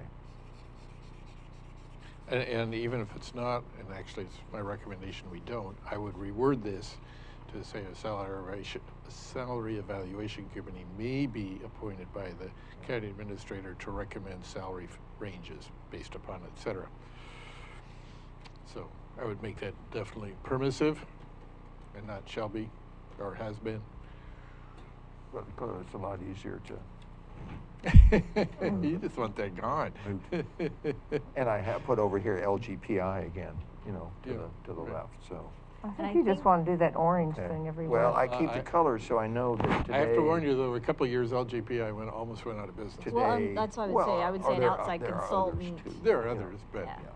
I would say an outside consultant Yeah, instead of Basically naming it. consulting or, or it could be a salary evaluation. Okay, I think we're going to stop at this Okay. point, and we Okay. need to come up with another time to meet again on Yeah, this. so when do you want to see this we went through back? page 23. We're up to Article 10. Article 10, page 24. Okay, How many pages were there? about 150. That's all. 130. But again, you're 129. working, as you go through on these definitions and you clear things up here, you're clearing things up.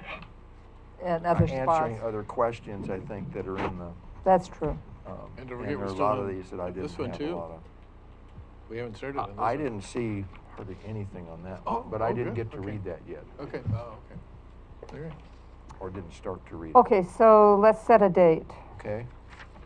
I heard some dates going around from John Jesuit that We have, here's a Valentine's calendar. Day was the Here's a- date. Here's a calendar. It's my birthday. Don't ruin it for me. Oh. Oh, hey, Give we you a work on special our Valentine birthdays. present by sitting here all day. So I motion for Valentine's Day. Do I hear a second? Oh, no, you're supposed to say, I'm sorry. Well, we can't make a well, we can suggest. Can we make a decision as far as the next time we're Well, going to meet on yeah, this? you can recommend Sure, this yeah. to staff to bring it back to another workshop That we at can. whatever date, absolutely. Okay, Yeah. so staff, Please bring this back by Valentine's with a big heart on it and maybe some chocolate for us. Okay, now, maybe you don't care, and I'm fine with not being here Oh, at that's this right, you point won't in be time. here. I would not plan to be here the 14th. You're of not going to February. be here for Valentine's Day? No. You're gonna be, I'll be gone with my wife, so at least I'll be with my wife that day, which is a good thing. Is that your Birthday anniversary or treats. something? No, no, it's just part of our True, trip. Remember, true. we gotta be Oh, yeah, gone yeah, for, yeah.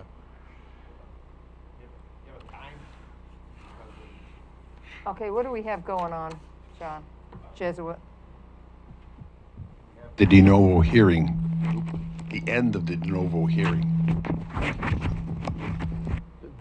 That's right, that's February 14th. You're right, I forgot about that. And is that in the morning or the afternoon? I don't, Special meeting. I don't think we set a time, did we? yes, I think we did. Oh, we did? 2:30, I believe. Oh, I think you're right. Said at the That's same right, time as the 2:30. last Yeah, one. same time as before, yep. So why don't we do this at 10 a.m. On the 14th? on the 14th? Okay. Is that our regular Do meeting you really date, wanna do though? it without John Head? Is that a workshop? Yeah, that's a Okay. workshop day. That's a workshop It's day. the 14th? Yes, the second Wednesday. Okay, that's what I thought. Do we wanna do this without the county administrator? I wouldn't recommend it. Probably not. Okay, so I think we tell us should. about your calendar. When are you going to be back? Well, he's already told us it's not until like the 9th or something. Yeah, of- the 9th. of March. So what's the next, so it would be March? March 14th. March 14th, so a whole month. Is I that too just long to let it, right? I don't think it mean, I would be beneficial. I just, any more than we have one of these meetings without county council or without Julie, I don't think that's, Okay, I mean, I think we as should. far as staff is concerned, I think we're fine with Well, waiting, but you know. Yeah. Well, no, but I just mean as far as the We need to have everybody here, makeup, is I what you're think we saying. do. I Yeah. think we should. So, Okay, let's say March 14th. March 14th, okay. Yeah. And right It was- now, we don't have anything else on a So- workshop then, do we? Or not? For the 14th, We could just do this all day. That'd be great. we could do it all day, March 14th. Well, again, we didn't even start until after 1:15. 1:10 or 1:15 today 1:15. on it. Yeah, it didn't So- even take 3 whole hours because No. we had the break for the Just had a elevator. break, and so- we're talking about elevators. So we'll say, just plan on a workshop that Yeah, day. okay. And let's not add a bunch of other Okay. stuff No, to that it. would- Okay. How about a workshop dedicated to this Okay, subject? we can do that. Super. I think we made some good, very constructive progress. Okay, this meeting is adjourned. It's been a slice of heaven, everybody. Thank you, Madam Chair, for adjourning us. And it's what time? 4:57? 3:57, I'm sorry, 3:57. How do we get that clock changed? There you go.